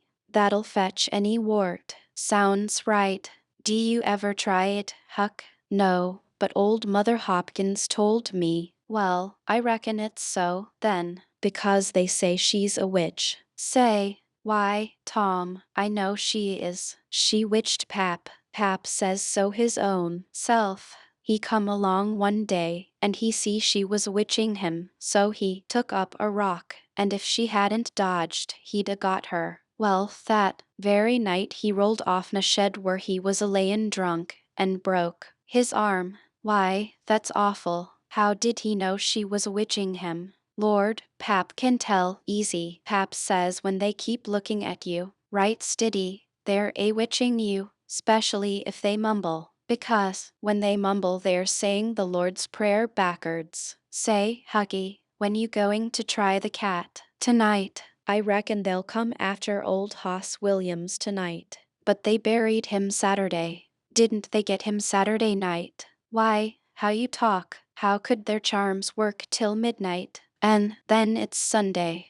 Devils don't slosh around much of a Sunday. I don't reckon. I never thought of that. That's so. Lemme go with you? Of course, if you ain't afeard. Afeard? Tain't likely. Will you meow? Yes, and you meow back if you get a chance. Last time, you kept me meowing around till old Hayes went to throwing rocks at me and says, "Durn that cat." And so I hove a brick through his window. But don't you tell. I won't.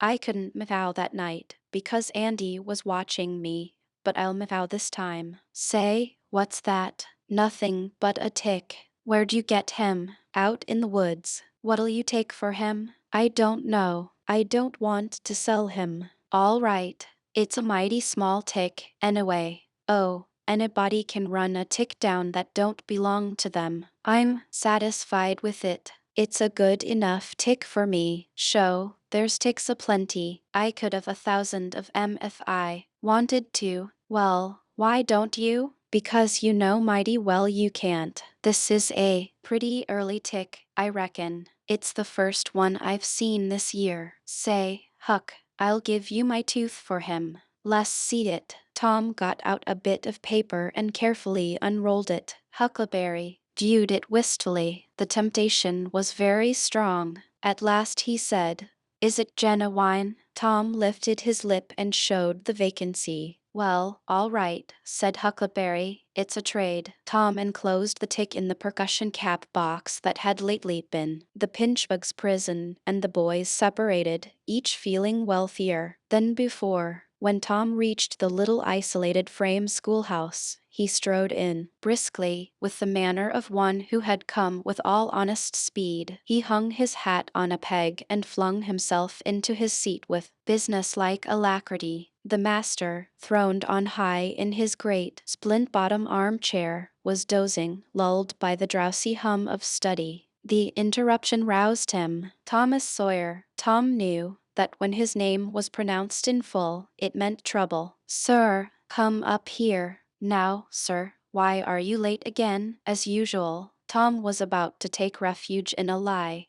when he saw two long tails of yellow hair hanging down a back that he recognized by the electric sympathy of love, and by that form was the only vacant place on the girls' side of the schoolhouse. He instantly said, "I stopped to talk with Huckleberry Finn." The master's pulse stood still, and he stared helplessly. The buzz of study ceased. The pupils wondered if this foolhardy boy had lost his mind. The master said, You did what?" "Stopped to talk with Huckleberry Finn." There was no mistaking the words. "Thomas Sawyer, this is the most astounding confession I have ever listened to. No mere ferule will answer for this offense. Take off your jacket." The master's arm performed until it was tired and the stock of switches notably diminished.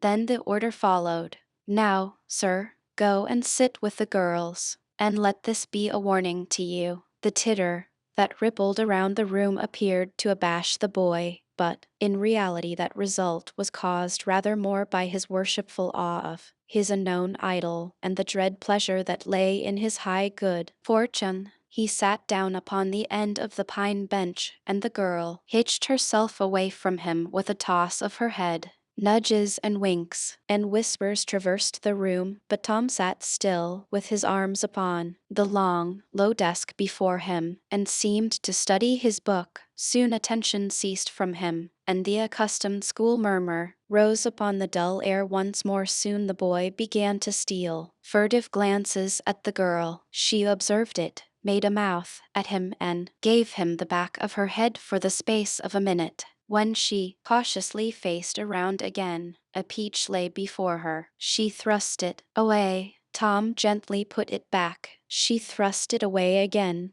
but with less animosity. Tom patiently returned it to its place. Then she let it remain. Tom scrawled on his slate, "Please take it, I got more." The girl glanced at the words, but made no sign. Now the boy began to draw something on the slate, hiding his work with his left hand. For a time, the girl refused to notice, but her human curiosity soon began to manifest itself by hardly perceptible signs. The boy worked on, apparently unconscious. The girl made a sort of non-committal attempt to see, but the boy did not betray that he was aware of it. At last she gave in and hesitatingly whispered, "Let me see it." Tom partly uncovered a dismal caricature of a house with two gable ends to it and a corkscrew of smoke issuing from the chimney. Then the girl's interest began to fasten itself upon the work, and she forgot everything else. When it was finished, she gazed a moment, then whispered, "It's nice. Make a man." The artist erected a man in the front yard that resembled a derrick. He could have stepped over the house, but the girl was not hypercritical. She was satisfied with the monster and whispered, "It's a beautiful man. Now make me coming along." Tom drew an hourglass with a full moon and straw limbs to it and armed the spreading fingers with a portentous fan. The girl said, "It's ever so nice. I wish I could draw." "It's easy," whispered Tom. "I'll learn you." "Oh, will you?" "1 at noon. Do you go home to dinner?" "I'll stay if you will." "Good, that's a whack." "What's your name?" "Becky Thatcher." "What's yours?" "Oh, I know. It's Thomas Sawyer. That's the name they lick me by. I'm Tom when I'm good. You call me Tom, will you?" "Yes." Now Tom began to scrawl something on the slate, hiding the words from the girl. But she was not backward this time. She begged to see. Tom said, "Oh, it ain't anything." "Yes, it is." "No, it ain't. You don't want to see." "Yes, I do. Truly, I do. Please let me." "You'll tell." "No, I won't. Deed and double deed won't." "You won't tell anybody at all, ever, as long as you live?" "No, I won't ever tell anybody." "Now let me." "Oh, you don't want to see. Now that you treat me so, I will see." And she put her small hand upon his and a little scuffle ensued, Tom pretending to resist in earnest but letting his hand slip by degrees till these words were revealed, "I love you." "Oh, you bad thing." And she hit his hand a smart rap, but reddened and looked pleased, nevertheless. Just at this juncture the boy felt a slow, fateful grip closing on his ear and a steady lifting impulse. In that wise he was borne across the house and deposited in his own seat, under a peppering fire of giggles from the whole school. Then the master stood over him during a few awful moments and finally moved away to his throne without saying a word. But although Tom's ear tingled, his heart was jubilant. As the school quieted down, Tom made an honest effort to study, but the turmoil within him was too great. Chapter 7. The harder Tom tried to fasten his mind on his book, the more his ideas wandered. So at last, with a sigh and a yawn, he gave it up. It seemed to him that the noon recess would never come. The air was utterly dead. There was not a breath stirring. It was the sleepiest of sleepy days. The drowsing murmur of the 25 studying scholars soothed the soul like the spell that is in the murmur of bees. Away off in the flaming sunshine, Cardiff Hill lifted its soft green sides through a shimmering veil of heat, tinted with the purple of distance. A few birds floated on lazy wing high in the air. No other living thing was visible but some cows, and they were asleep. Tom's heart ached to be free, or else to have something of interest to do to pass the dreary time. His hand wandered into his pocket, and his face lit up with a glow of gratitude. That was prayer, though he did not know it. Then furtively the percussion cap box came out. He released the tick and put him on the long flat desk.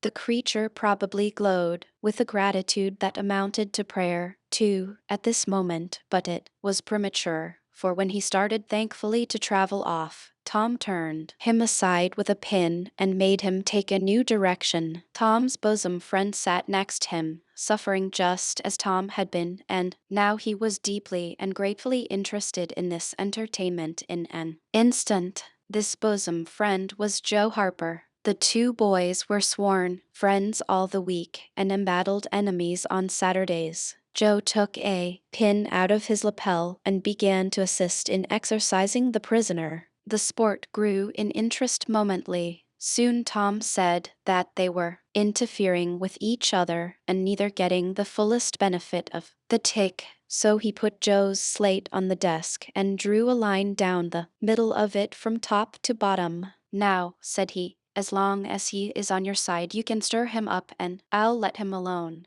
But if you let him get away and get on my side, or to leave him alone as long as I can keep him from crossing over. All right, go ahead, start him up. The tick escaped from Tom soon and crossed the equator. Joe harassed him a while and then he got away and crossed back again. This change of base occurred often. While one boy was worrying the tick with absorbing interest, the other would look on with interest as strong. The two heads bowed together over the slate, and the two souls dead to all things else. At last luck seemed to settle and abide with Joe. The tick tried this, that, and the other course and got as excited and as anxious as the boys themselves, but time and again just as he would have victory in his very grasp, so to speak, and Tom's fingers would be twitching to begin, Joe's pin would deftly head him off and keep possession.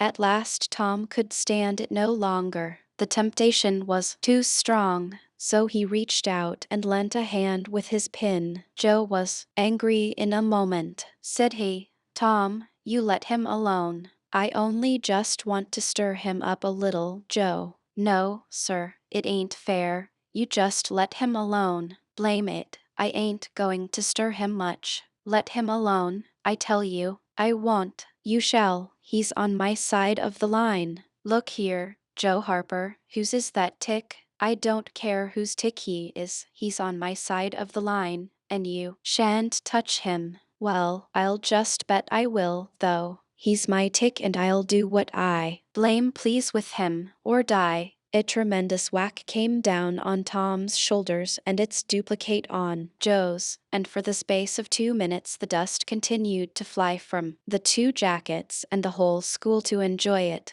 The boys had been too absorbed to notice the hush that had stolen upon the school a while before when the master came tiptoeing down the room and stood over them. He had contemplated a good part of the performance before he contributed his bit of variety to it. When school broke up at noon, Tom flew to Becky Thatcher and whispered in her ear, "Put on your bonnet and let on you're going home, and when you get to the corner, give the rest of 'em the slip and turn down through the lane and come back. I'll go the other way and come it over 'em the same way." So the one went off with one group of scholars and the other with another. In a little while the two met at the bottom of the lane, and when they reached the school they had it all to themselves. Then they sat together with a slate before them, and Tom gave Becky the pencil and held her hand in his, guiding it, and so created another surprising house.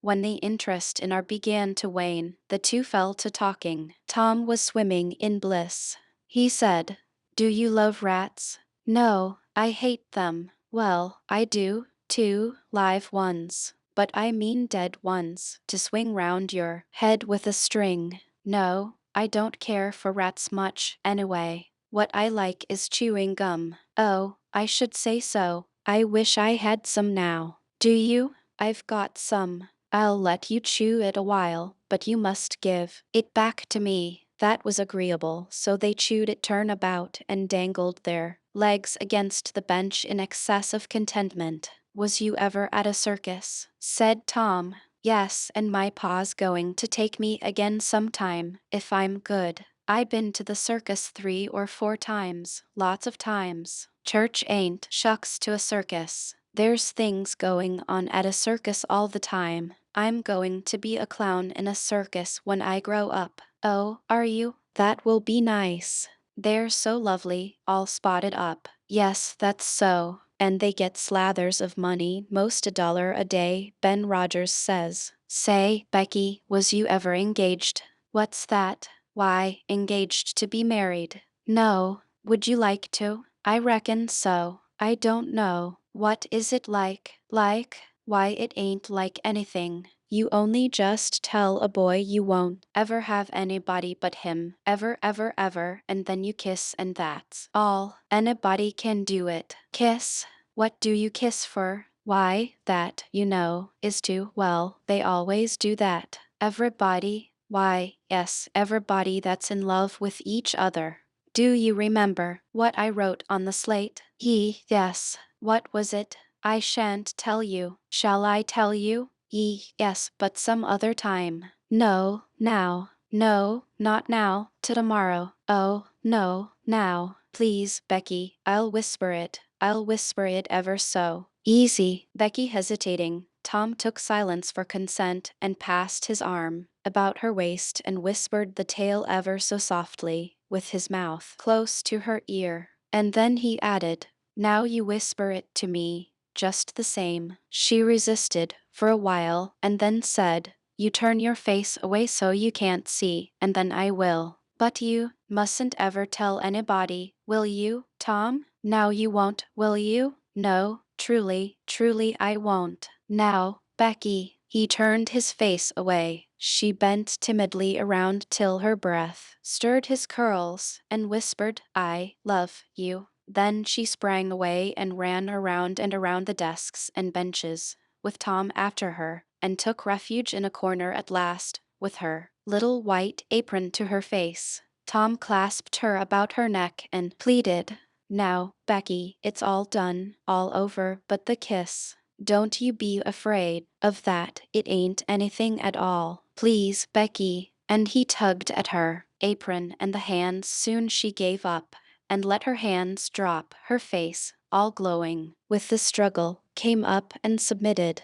Tom kissed the red lips and said, now it's all done, Becky, and always after this, you know, you ain't ever to love anybody but me, and you ain't ever to marry anybody but me, ever, never, and forever. Will you? No, I'll never love anybody but you, Tom, and I'll never marry anybody but you, and you ain't to ever marry anybody but me, either. Certainly. Of course. That's part of it, and always coming to school, or when we're going home, or to walk with me when there ain't anybody looking, and you choose me and I choose you at parties, because that's the way you do when you're engaged. It's so nice. I never heard of it before. Oh, it's ever so gay. Why, me and Amy Lawrence. The big eyes told Tom his blunder and he stopped, confused.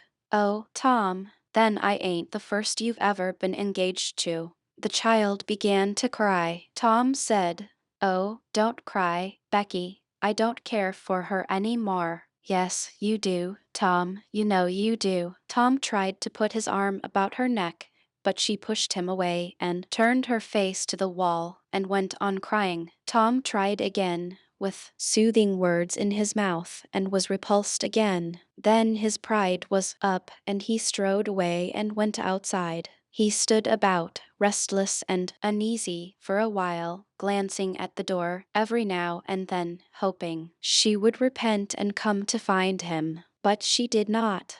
Then he began to feel badly and fear that he was in the wrong. It was a hard struggle with him to make new advances now, but he nerved himself to it and entered. She was still standing back there in the corner, sobbing, with her face to the wall. Tom's heart smote him. He went to her and stood a moment, not knowing exactly how to proceed. Then he said hesitatingly, Becky, I don't care for anybody but you. No reply, but sobs. Becky, pleadingly. Becky, won't you say something? More sobs. Tom got out his chiefest jewel, a brass knob from the top of an andiron, and passed it around her so that she could see it, and said, Please, Becky, won't you take it? She struck it to the floor. Then Tom marched out of the house and over the hills and far away, to return to school no more that day soon. Becky began to suspect. She ran to the door. He was not in sight. She flew around to the play yard.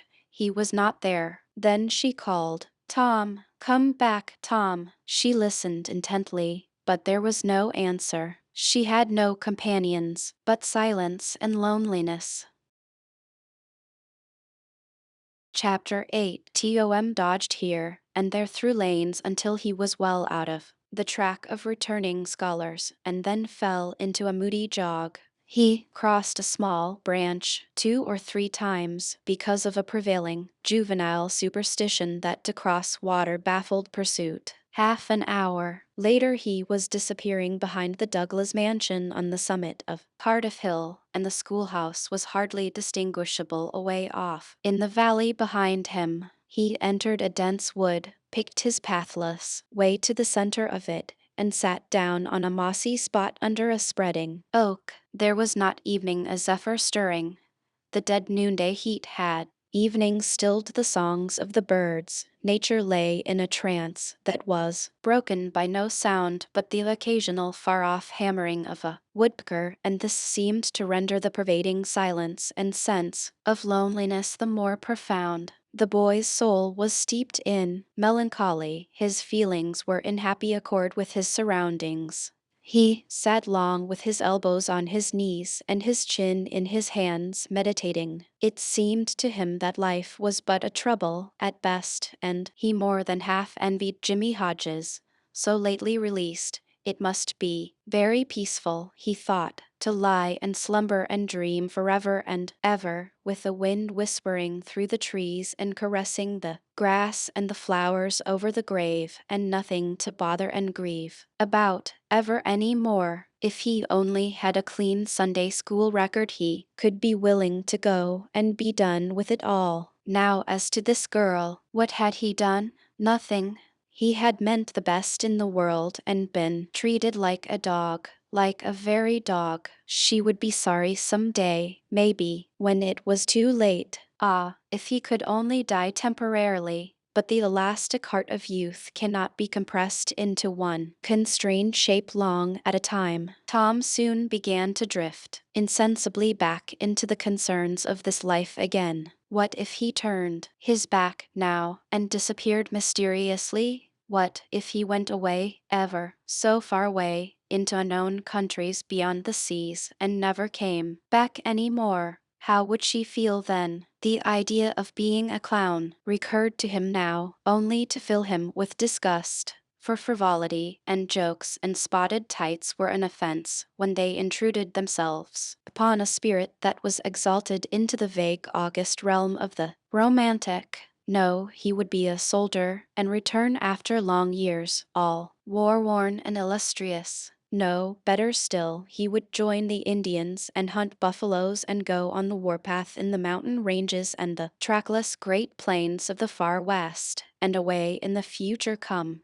back a great chief, bristling with feathers, hideous with paint, and prance into Sunday school some drowsy summer morning with a blood-curdling war-whoop, and sear the eyeballs of all his companions with unappeasable envy. But no, there was something gaudier evening than this. He would be the pirate. That was it. Now his future lay plain before him and glowing with unimaginable splendor. How his name would fill the world and make people shudder. How gloriously he would go, plowing the dancing seas in his long, low, black-hulled racer, the spirit of the storm, with his grisly flag flying at the fore. And at the zenith of his fame, how he would suddenly appear at the old village, and stalk into church, brown and weather-beaten, in his black velvet doublet and trunks, his great jack-boots, his crimson sash, his belt bristling with horse pistols, his crime-rusted cutlass at his side, his slouch hat with waving plumes, his black flag unfurled with the skull and crossbones on it,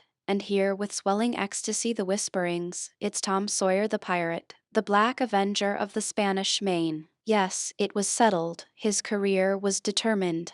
He would run away from home and enter upon it. He would start the very next morning. Therefore, he must now begin to get ready. He would collect his resources together. He went to a rotten log near at hand and began to dig under one end of it with his Barlow knife. He soon struck wood that sounded hollow. He put his hand there and uttered this incantation impressively. "What hasn't come here, come. What's here, stay here. Then he scraped away the dirt and exposed a pine shingle. He took it up and disclosed a shapely little treasure house whose bottom and sides were of shingles. In it lay a marble. Tom's astonishment was boundless. He scratched his head with a perplexed air and said, "Well, that beats anything." Then he tossed the marble away pettishly and stood cogitating. The truth was that a superstition of his had failed here, which he and all his comrades had always looked upon as infallible. If you buried a marble with certain necessary incantations and left it alone a fortnight,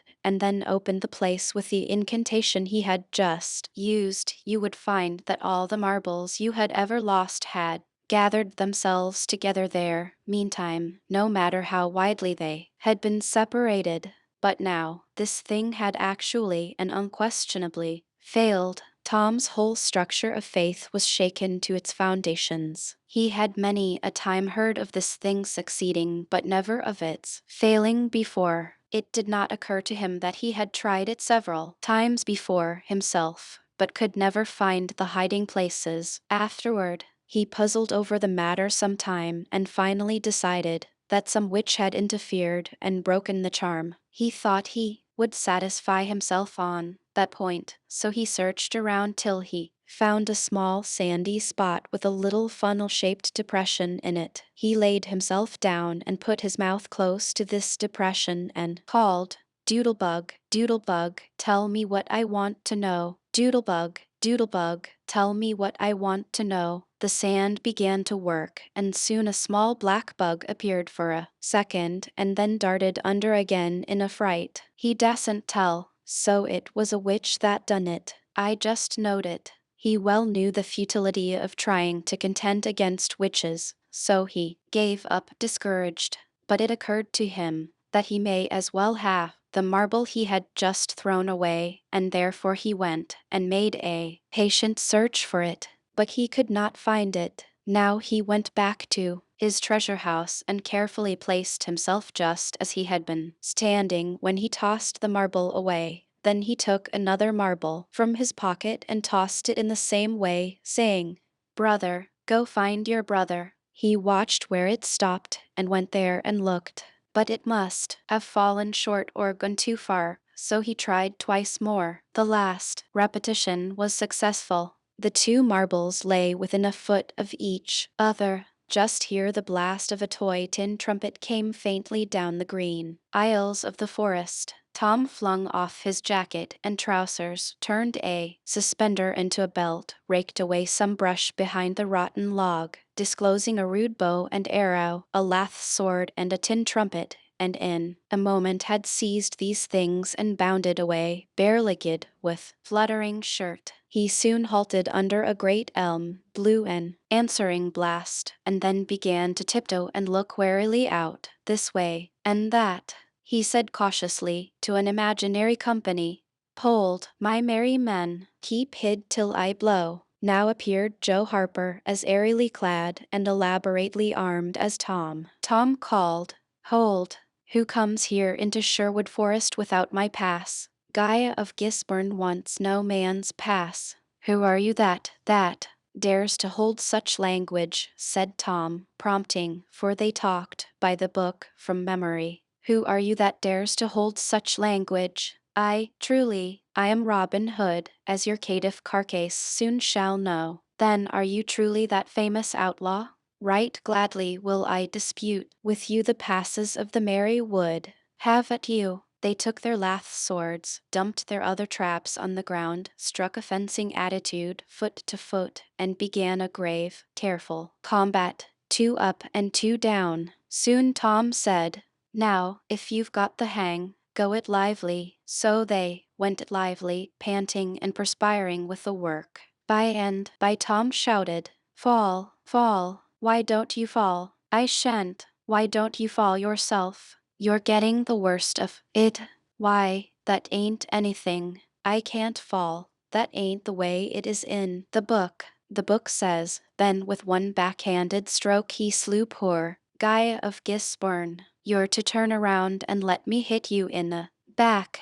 There was no getting around the authorities, so Joe turned, received the whack and fell. "Now," said Joe, getting up, "you got to let me kill you. That's fair." "Why, I can't do that, it ain't in the book." "Well, it's blamed mean, that's all." "Well, say, Joe, you can be Friar Tuck or Much the miller's son, and lam me with a quarter-staff, or I'll be the sheriff of Nottingham, and you be Robin Hood a little while and kill me." This was satisfactory, and so these adventures were carried out. Then Tom became Robin Hood again, and was allowed by the treacherous nun to bleed his strength away through his neglected wound, and at last Joe, representing a whole tribe of weeping outlaws, dragged him sadly forth, gave his bow into his feeble hands, and Tom said, "Where this arrow falls, there bury poor Robin Hood under the greenwood tree." Then he shot the arrow, and fell back and would have died, but he lit on a nettle and sprang up too gaily for a corpse.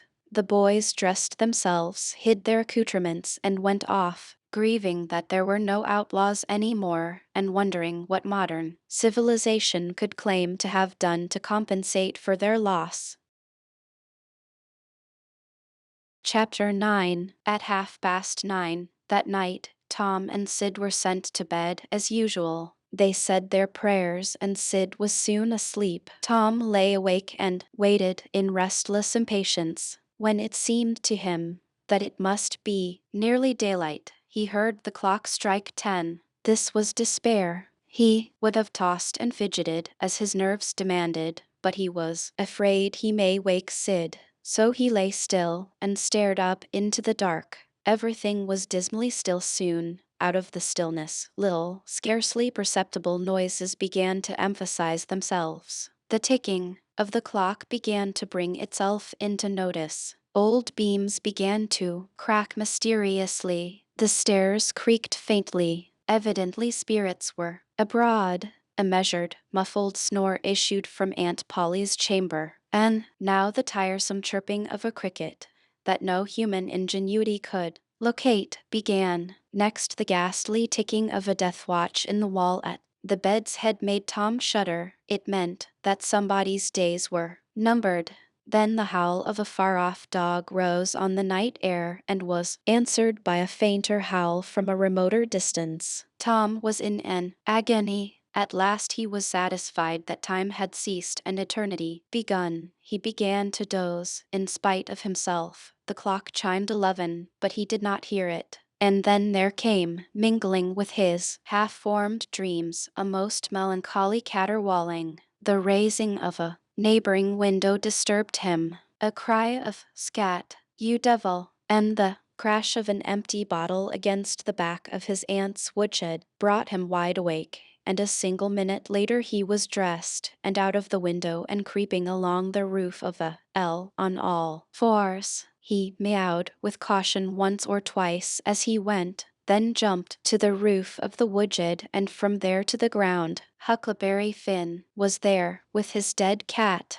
The boys moved off and disappeared in the gloom. At the end of half an hour they were wading through the tall grass of the graveyard. It was a graveyard of the old-fashioned Western kind. It was on a hill about a mile and a half from the village. It had a crazy board fence around it, which leaned inward in places and outward the rest of the time, but stood upright nowhere. Grass and weeds grew rank over the whole cemetery. All the old graves were sunken in. There was not a tombstone on the place. Round-topped, worm-eaten boards staggered over the graves, leaning for support and finding none. Sacred to the memory of so-and-so had been painted on them once, but it could no longer have been read on the most of them now. Evening, if there had been light. A faint wind moaned through the trees, and Tom feared it may be the spirits of the dead complaining at being disturbed. The boys talked little and only under their breath, for the time and the place and the pervading solemnity and silence oppressed their spirits. They found the sharp new heap they were seeking and ensconced themselves within the protection of 3 great elms that grew in a bunch within a few feet of the grave.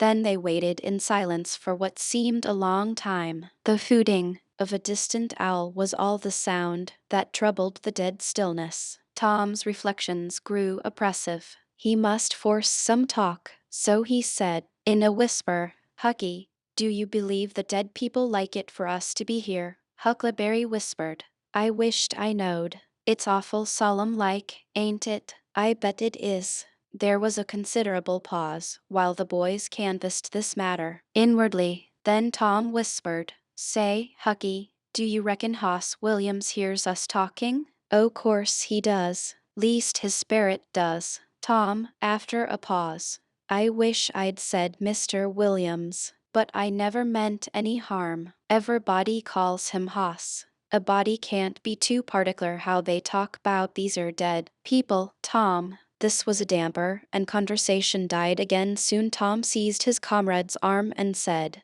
"Sh, what is it, Tom?" And the two clung together with beating hearts. "Sh, there it is again. Didn't you hear it?" "Aye, there, now you hear it. Lord, Tom, they're coming. They're coming, sure. What'll we do?" "I dunno. Think they'll see us." "Oh, Tom, they can see in the dark, same as cats. I wished I hadn't come." "Oh, don't be afeard. I don't believe they'll bother us. We ain't doing any harm. If we keep perfectly still, maybe they won't notice us at all." "I'll try to, Tom, but Lord, I'm all of a shiver." "Listen." The boys bent their heads together and scarcely breathed. A muffled sound of voices floated up from the far end of the graveyard. "Look, see there," whispered Tom. "What is it?" "It's devil fire." "Oh, Tom, this is awful." Some vague figures approached through the gloom, swinging an old-fashioned tin lantern that freckled the ground with innumerable little spangles of light. Soon Huckleberry whispered with a shudder,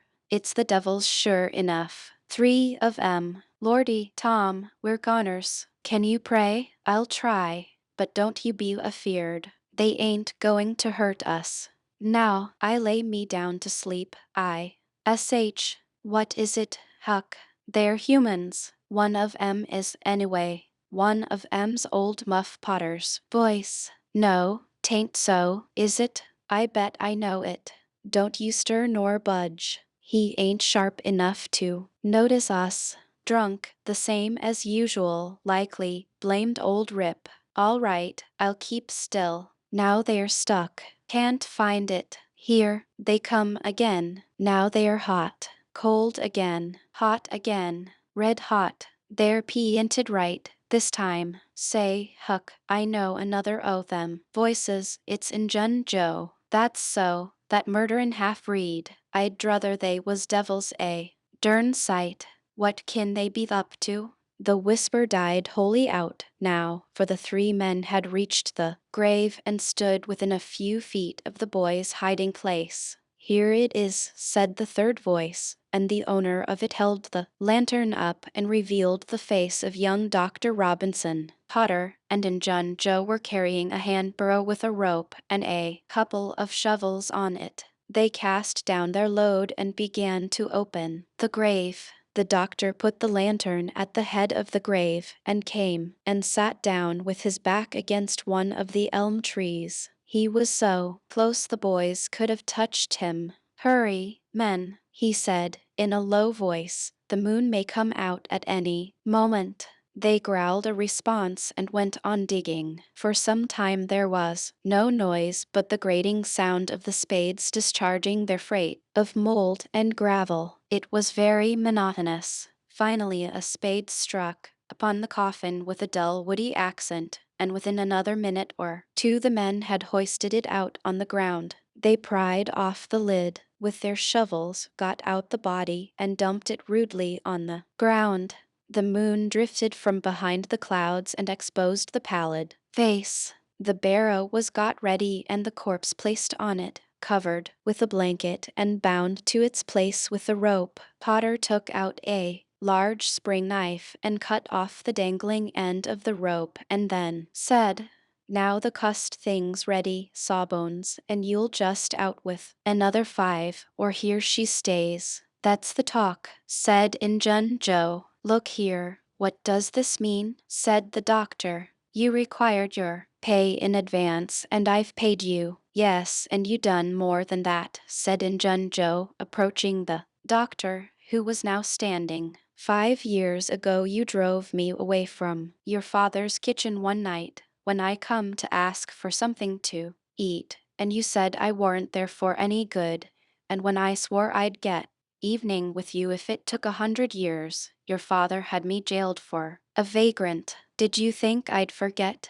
The Injun blood ain't in me for nothing, and now I've got you, and you got to settle, you know. He was threatening the doctor, with his fist in his face. By this time, the doctor struck out suddenly and stretched the ruffian on the ground. Potter dropped his knife and exclaimed, "Here, now, don't you hit my pard." And the next moment he had grappled with the doctor, and the two were struggling with May and Main, trampling the grass and tearing the ground with their heels. Injun Joe sprang to his feet, his eyes flaming with passion, snatched up Potter's knife, and went creeping, cat-like and stooping, round and round about the combatants, seeking an opportunity. All at once the doctor flung himself free, seized the heavy headboard of William's grave, and felled Potter to the earth with it, and in the same instant the half-breed saw his chance and drove the knife to the hilt in the young man's breast. He reeled and fell partly upon Potter, flooding him with his blood, and in the same moment the clouds blotted out the dreadful spectacle, and the two frightened boys went speeding away in the dark. Soon, when the moon emerged again, Injun Joe was standing over the two forms, contemplating them. The doctor murmured inarticulately, gave a long gasp or two, and was still. The half-breed muttered,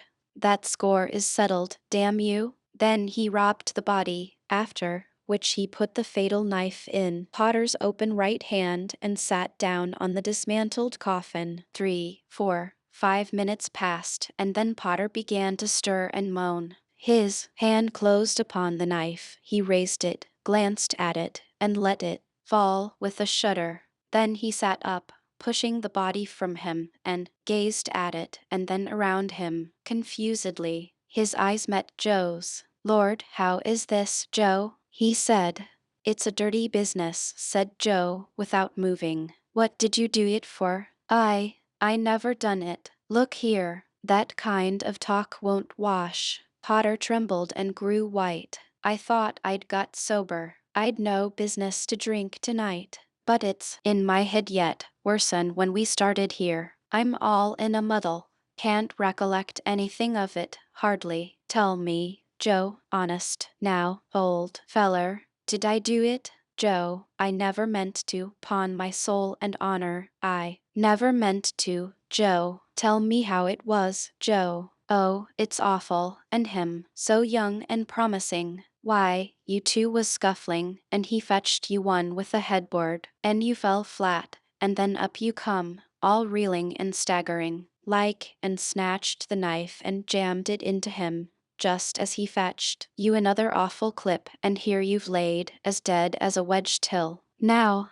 Oh, I didn't know what I was a-doing. I wish I may die this minute if I did. It was all on account of the whiskey and the excitement. I reckon I never used a weapon in my life before, Joe. I've fought, but never with weapons. They'll all say that. Joe, don't tell. Say you won't tell, Joe. That's a good feller. I always liked you, Joe, and stood up for you, too. Don't you remember? You won't tell, will you, Joe?" And the poor creature dropped on his knees before the stolid murder and clasped his appealing hands. "No, you've always been fair and square with me, Muff Potter, and I won't go back on you. There, now, that's as fair as a man can say. Oh, Joe, you're an angel. I'll bless you for this the longest day I live." And Potter began to cry. "Come, now, that's enough of that.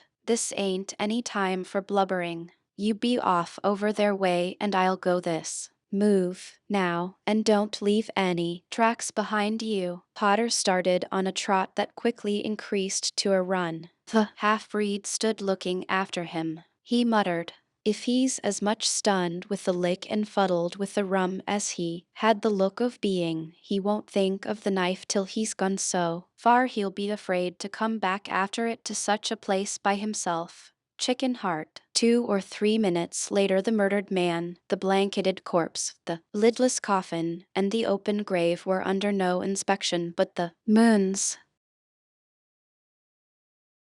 Chapter 10. The two boys flew on toward the village, speechless with horror. They glanced backward over their shoulders from time to time, apprehensively, as if they feared they may be followed. Every stump that started up in their path seemed a man and an enemy, and made them catch their breath. And as they sped by some outlying cottages that lay near the village, the barking of the aroused watchdogs seemed to give wings to their feet. "If we can only get to the old tannery before we break down," whispered Tom, in short catches between breaths. "I can't stand it much longer." Huckleberry's hard pantings were his only reply, and the boys fixed their eyes on the goal of their hopes and bent to their work to win it. They gained steadily on it, and at last, breast to breast, they burst through the open door and fell grateful and exhausted in the sheltering shadows beyond. Soon their pulses slowed down, and Tom whispered,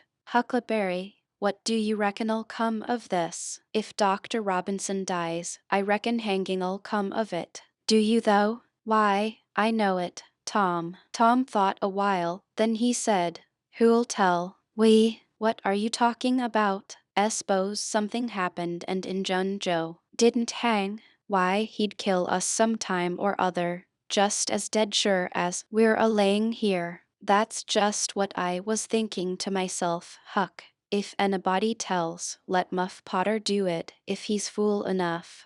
He's generally drunk enough." Tom said nothing, went on thinking. Soon he whispered, "Huck, Muff Potter don't know it."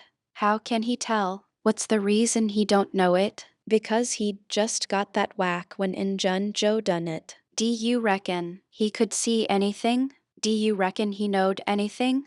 "By hokey, that's so, Tom. And besides, look a here, maybe that whack done for him." "No, 'tain't likely, Tom. He had liquor in him, I could see that, and besides, he always has." "Well, when Pap's full, you may take and belt him over the head with a church and you couldn't faze him. He says so, his own self. So it's the same with Muff Potter, of course. But if a man was dead sober, I reckon maybe that whack may fetch him. I dunno." After another reflective silence, Tom said, "Hucky, you sure you can keep mum?" "Tom, we got to keep mum. You know that. That Injun devil wouldn't make any more of drowning us than a couple of cats, if we was to squeak 'bout this and they didn't hang him. Now, look a here, Tom, let's take and swear to one another. That's what we got to do, swear to keep mum." "I'm agreed. It's the best thing. Would you just hold hands and swear that we—" "Oh no, that wouldn't do for this. That's good enough for little, rubbishy common things, specially with gals, 'cause they go back on you, anyway, and blab if they get in a huff. But there orter be writing 'bout a big thing like this. And blood." Tom's whole being applauded this idea. It was deep and dark and awful. The hour, the circumstances, the surroundings were in keeping with it. He picked up a clean pine shingle that lay in the moonlight, took a little fragment of red keel out of his pocket, got the moon on his work, and painfully scrawled these lines, emphasizing each slow downstroke by clamping his tongue between his teeth and letting up the pressure on the upstrokes. See next page. Huck Finn and Tom Sawyer swears they will keep mum about this, and they wish they may drop down dead in their tracks if they ever tell and rot. Huckleberry was filled with admiration of Tom's facility in writing and the sublimity of his language. He at once took a pin from his lapel and was going to prick his flesh, but Tom said, "Hold on, Don't do that. A pin's brass. It may have verdigris on it. What's verdigris? It's pieson. That's what it is. You just swaller some of it once, you'll see. So Tom unwound the thread from one of his needles, and each boy pricked the ball of his thumb and squeezed out a drop of blood. In time, after many squeezes, Tom managed to sign his initials, using the ball of his little finger for a pen. Then he showed Huckleberry how to make an H and an F, and the oath was complete. They buried the shingle close to the wall with some dismal ceremonies and incantations, and the fetters that bound their tongues were considered to be locked and the key thrown away. A figure crept stealthily through a break in the other end of the ruined building now, but they did not notice it. Tom, whispered Huckleberry, does this keep us from ever telling, always? Of course it does. It don't make any difference what happens. We got to keep mum.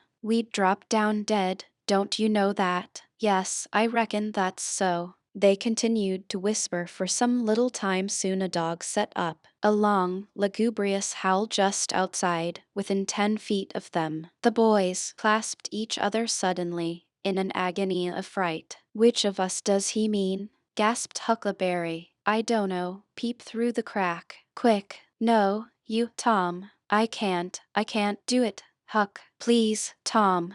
There it is again. Oh, Lordy, I'm thankful, whispered Tom. I know his voice. It's Bull Harbison, asterisk, asterisk. If Mr. Harbison owned a slave named Bull, Tom would have spoken of him as Harbison's Bull, but a son or a dog of that name was Bull Harbison. Oh, that's good, I tell you, Tom. I was most scared to death. I'd bet anything it was a stray dog. The dog howled again. The boys' hearts sank once more. Oh, my, that ain't no Bull Harbison, whispered Huckleberry. Do, Tom. Tom, quaking with fear, yielded and put his eye to the crack. His whisper was hardly audible when he said, Oh, Huck, it's a stray dog. Quick, Tom, quick.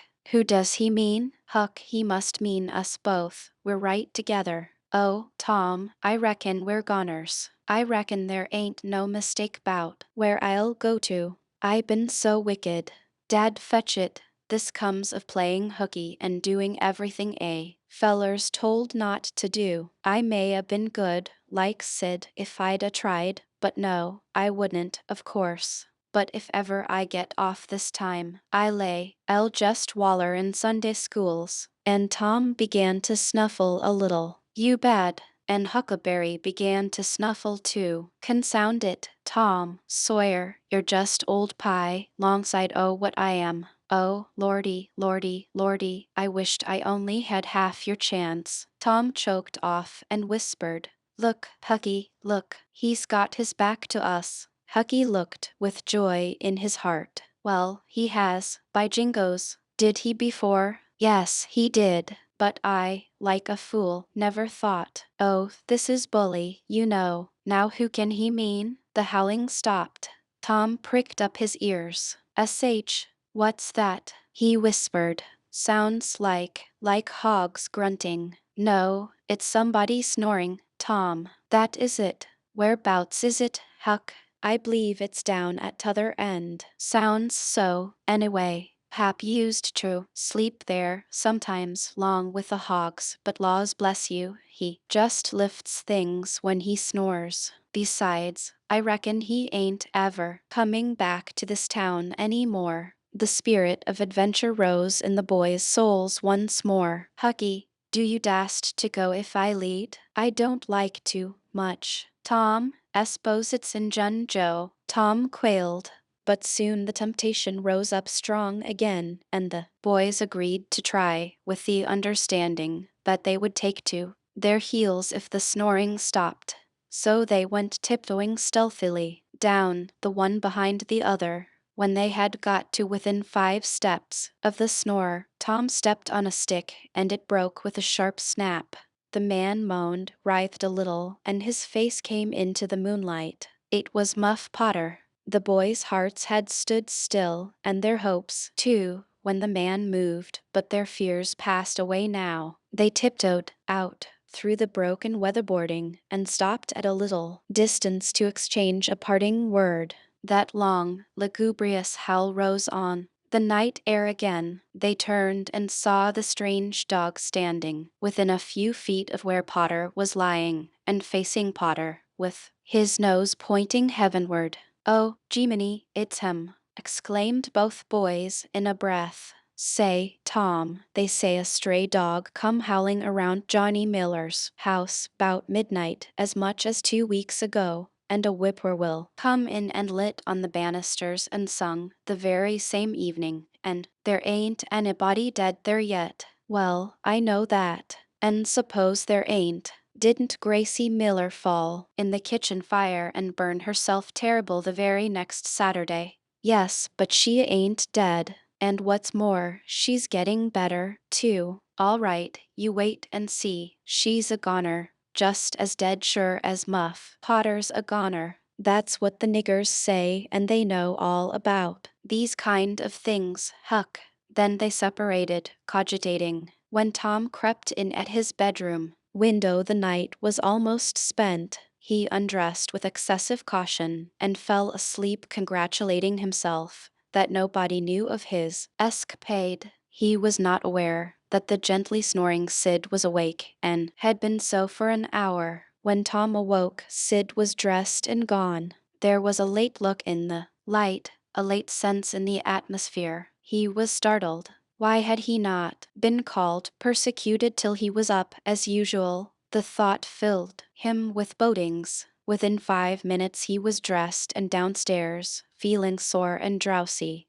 The family were still at table, but they had finished breakfast. There was no voice of rebuke, but there were averted eyes. There was a silence and an air of solemnity that struck a chill to the culprit's heart. He sat down and tried to seem gay, but it was uphill work. It roused no smile, no response, and he lapsed into silence and let his heart sink down to the depths. After breakfast his aunt took him aside, and Tom almost brightened in the hope that he was going to be flogged, but it was not so. His aunt wept over him and asked him how he could go and break her old heart so, and finally told him to go on and ruin himself and bring her gray hairs with sorrow to the grave, for it was no use for her to try any more. This was worse than 1,000 whippings, and Tom's heart was sore now than his body. He cried, he pleaded for forgiveness, promised to reform over and over again, and then received his dismissal, feeling that he had won but an imperfect forgiveness and established but a feeble confidence. He left the presents too miserable to even feel revengeful toward Sid,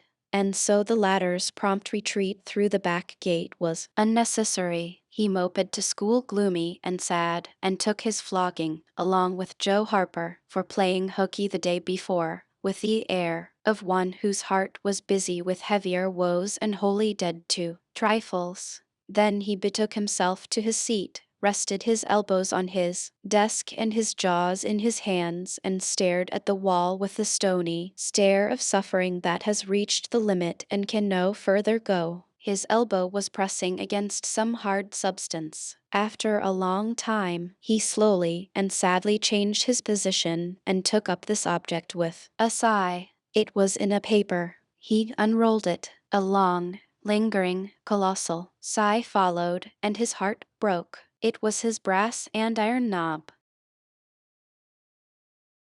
Chapter 11. Close upon the hour of noon, the whole village was suddenly electrified with the ghastly news. No need of the as yet undreamed of telegraph.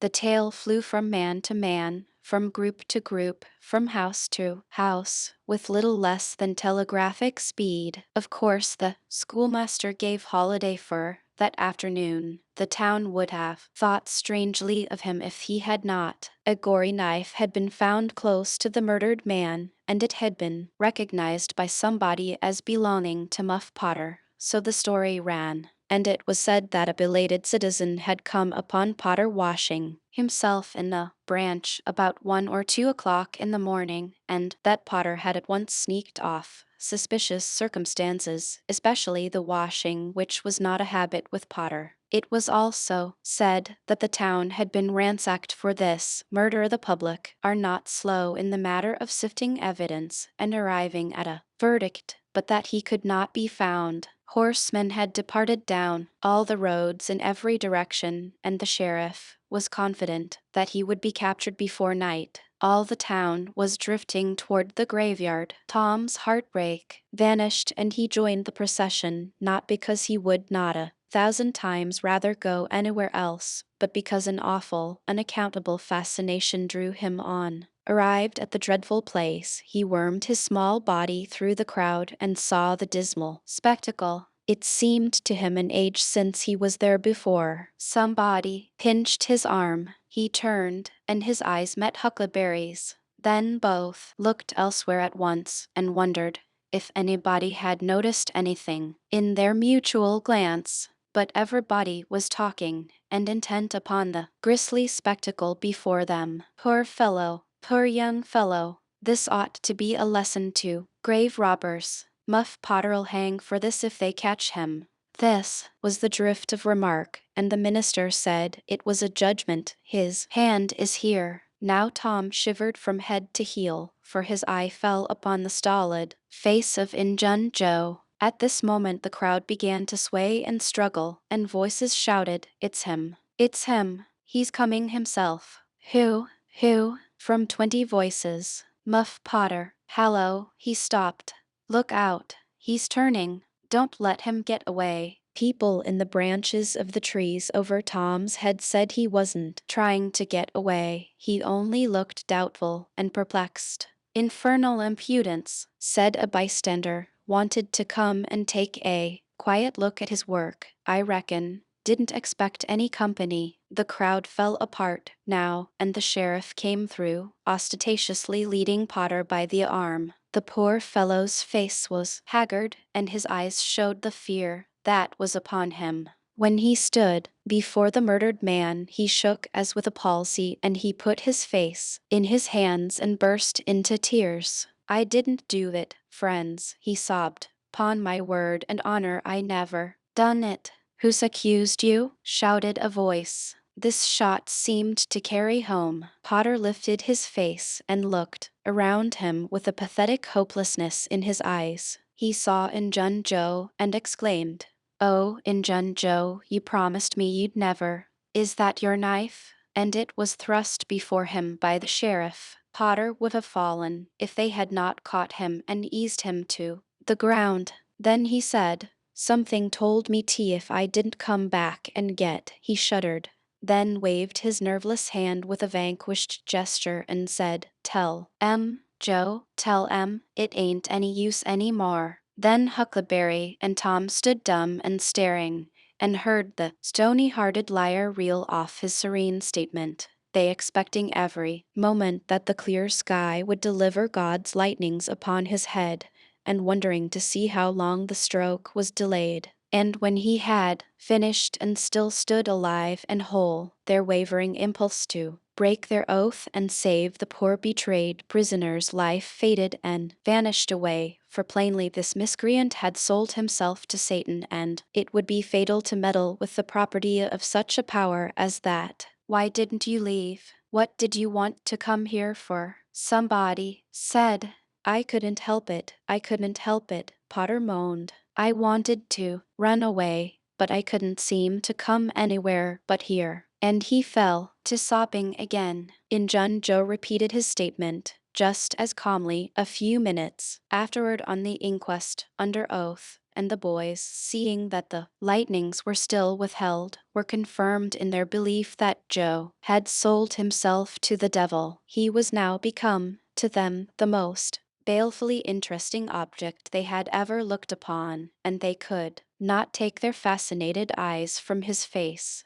They inwardly resolved to watch him nights, when opportunity should offer, in the hope of getting a glimpse of his dread master. In Jun Joe helped to raise the body of the murdered man and put it in a wagon for removal, and it was whispered through the shuddering crowd that the wound bled a little. The boys thought that this happy circumstance would turn suspicion in the right direction, but they were disappointed, for more than one villager remarked, "It was within 3 feet of Muff Potter when it done it." Tom's fearful secret and gnawing conscience disturbed his sleep for as much as a week after this, and at breakfast one morning Sid said, "Tom, you pitch around and talk in your sleep so much that you keep me awake half the time." Tom blanched and dropped his eyes. "It's a bad sign," said Aunt Polly, gravely. "What you got on your mind, Tom?" "Nothing. Nothing I know of." But the boy's hand shook so that he spilled his coffee. "And you do talk such stuff," Sid said. "Last night you said, 'It's blood, it's blood, that's what it is.' You said that over and over. And you said, 'Don't torment me so, I'll tell.'" "Tell what? What is it you'll tell?" Everything was swimming before Tom. There is no telling what may have happened now, but luckily the concern passed out of Aunt Polly's face and she came to Tom's relief without knowing it. She said, "Sho, it's that dreadful murder. I dream about it most every night, myself. Sometimes I dream it's me that done it." Mary said she had been affected much the same way. Sid seemed satisfied. Tom got out of the presence as quick as he plausibly could, and after that he complained of toothache for a week, and tied up his jaws every night. He never knew that Sid lay nightly watching, and frequently slipped the bandage free and then leaned on his elbow, listening a good while at a time, and afterward slipped the bandage back to its place again. Tom's distress of mind wore off gradually, and the toothache grew irksome and was discarded. If Sid really managed to make anything out of Tom's disjointed mutterings, he kept it to himself. It seemed to Tom that his schoolmates never would get done holding inquests on dead cats, and thus keeping his trouble present to his mind. Sid noticed that Tom never was coroner at one of these inquiries, though it had been his habit to take the lead in all new enterprises. He noticed, too, that Tom never acted as a witness, and that was strange, and Sid did not overlook the fact that Tom evening showed a marked aversion to these inquests, and always avoided them when he could. Sid marveled but said nothing. However, evening inquests went out of vogue at last and ceased to torture Tom's conscience. Every day or two, during this time of sorrow, Tom watched his opportunity and went to the little grated jail window and smuggled such small comforts through to the murderer as he could get hold of. The jail was a trifling little brick den that stood in a marsh at the edge of the village, and no guards were afforded for it. Truly, it was seldom occupied. These offerings greatly helped to ease Tom's conscience. The villagers had a strong desire to tar and feather Jun Joe and ride him on a rail for body snatching, but so formidable was his character that nobody could be found who was willing to take the lead in the matter, so it was dropped. Chapter 12. One of the reasons why Tom's mind had drifted away from its secret troubles was that it had found a new and weighty matter to interest itself about. Becky Thatcher had stopped coming to school. Tom had struggled with his pride a few days and tried to whistle her down the wind, but failed. He began to find himself hanging around her father's house nights and feeling very miserable. She was ill. What if she should die? There was distraction in the thought. He no longer took an interest in war, nor evening in piracy. The charm of life was gone. There was nothing but dreariness left. He put his hoop away and his bat.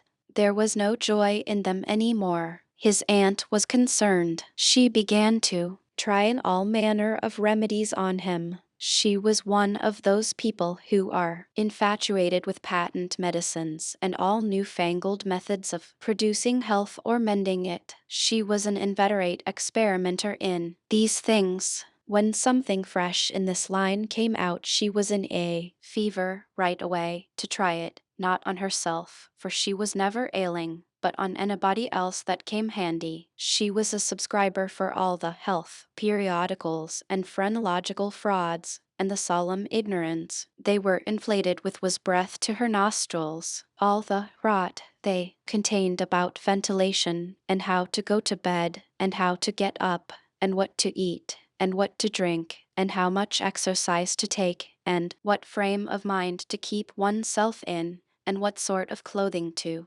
wear, was all gospel to her, and she never observed that her health journals of the current month customarily upset everything they had recommended the month before. She was as simple-hearted and honest as the day was long, and so she was an easy victim. She gathered together her quack periodicals and her quack medicines, and thus armed with death, went about on her pale horse, metaphorically speaking, with hell following after. But she never suspected that she was not an angel of healing and the balm of Gilead in disguise to the suffering neighbors. The water treatment was new now, and Tom's low condition was a windfall to her. She had him out at daylight every morning, stood him up in the woodshed, and drowned him with a deluge of cold water. Then she scrubbed him down with a towel like a file, and so brought him to. Then she rolled him up in a wet sheet and put him away under blankets, till she sweated his soul clean, and the yellow stains of it came through his pores, as Tom said.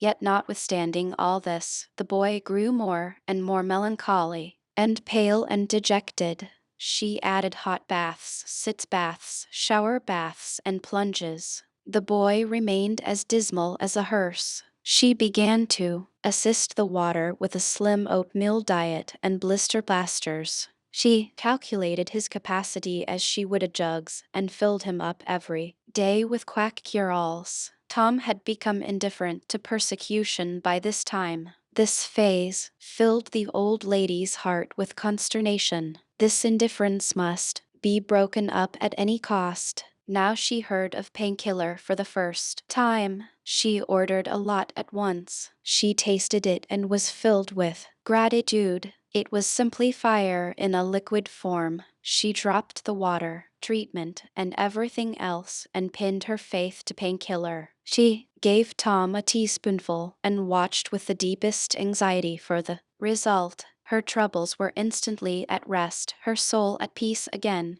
for the indifference was broken up. The boy could not have shown a wilder, heartier interest if she had built a fire under him. Tom felt that it was time to wake up. This sort of life may be romantic enough in his blighted condition, but it was getting to have too little sentiment and too much distracting variety about it. So he thought over various plans for relief, and finally hit upon that of professing to be fond of painkiller. He asked for it so often that he became a nuisance, and his aunt ended by telling him to help himself and quit bothering her. If it had been Sid, she would have had no misgivings to allay her delight, but since it was Tom, she watched the bottle clandestinely. She found that the medicine did really diminish, but it did not occur to her that the boy was mending the health of a crack in the sitting-room floor with it. One day Tom was in the act of dosing the crack when his aunt's yellow cat came along, purring, eyeing the teaspoon avariciously, and begging for a taste. Tom said,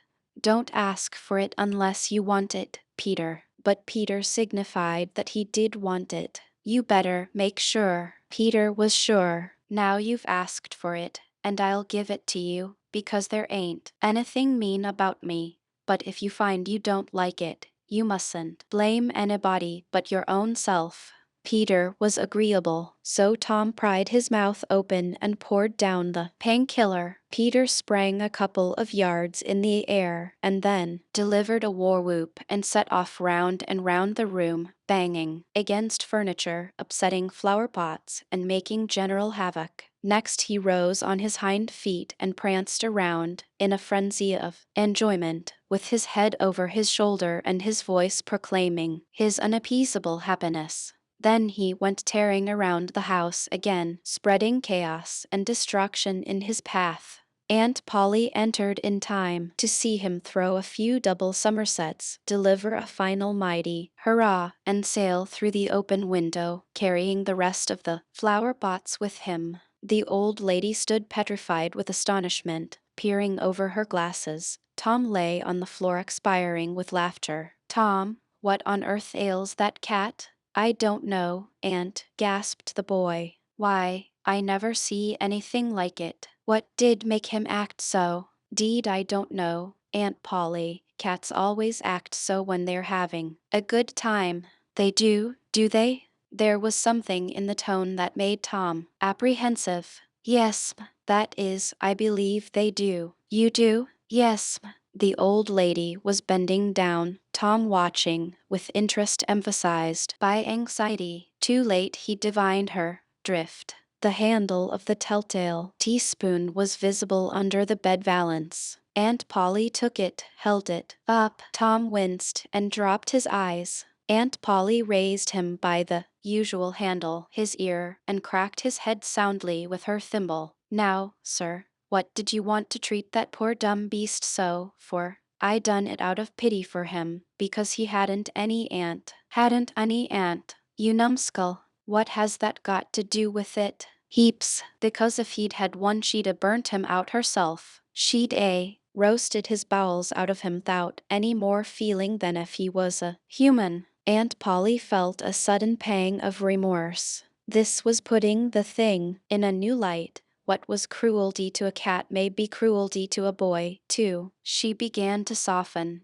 She felt sorry. Her eyes watered a little, and she put her hand on Tom's head and said gently, "I was meaning for the best, Tom. And, Tom, it did do you good." Tom looked up in her face with just a perceptible twinkle peeping through his gravity. "I know you was meaning for the best, Andy, and so was I with Peter. It done him good, too. I never see him get around so since." "Oh, go 'long with you, Tom, before you aggravate me again. And you try and see if you can't be a good boy for once, and you needn't take any more medicine." Tom reached school ahead of time. It was noticed that this strange thing had been occurring every day latterly. And now, as usual of late, he hung about the gate of the schoolyard instead of playing with his comrades. He was sick, he said, and he looked it. He tried to seem to be looking everywhere but where he really was looking. Down the road soon Jeff Thatcher hove in sight, and Tom's face lighted. He gazed a moment and then turned sorrowfully away. When Jeff arrived, Tom accosted him and led up warily to opportunities for remark about Becky, but the giddy lad never could see the bait. Tom watched and watched, hoping whenever a frisking frock came in sight, and hating the owner of it as soon as he saw she was not the right one. At last frocks ceased to appear, and he dropped hopelessly into the dumps. He entered the empty schoolhouse and sat down to suffer. Then one more frock passed in at the gate, and Tom's heart gave a great bound. The next instant he was out, and going on like an Indian, yelling, laughing, chasing boys, jumping over the fence at risk of life and limb, throwing handsprings, standing on his head, doing all the heroic things he could conceive of, and keeping a furtive eye out, all the while, to see if Becky Thatcher was noticing. But she seemed to be unconscious of it all. She never looked. Could it be possible that she was not aware that he was there? He carried his exploits to her immediate vicinity, came war-whooping around, snatched a boy's cap, hurled it to the roof of the schoolhouse, broke through a group of boys, tumbling them in every direction, and fell sprawling himself under Becky's nose, almost upsetting her. And she turned, with her nose in the air, and he heard her say, "MF, some people think they're mighty smart, always showing off." Tom's cheeks burned.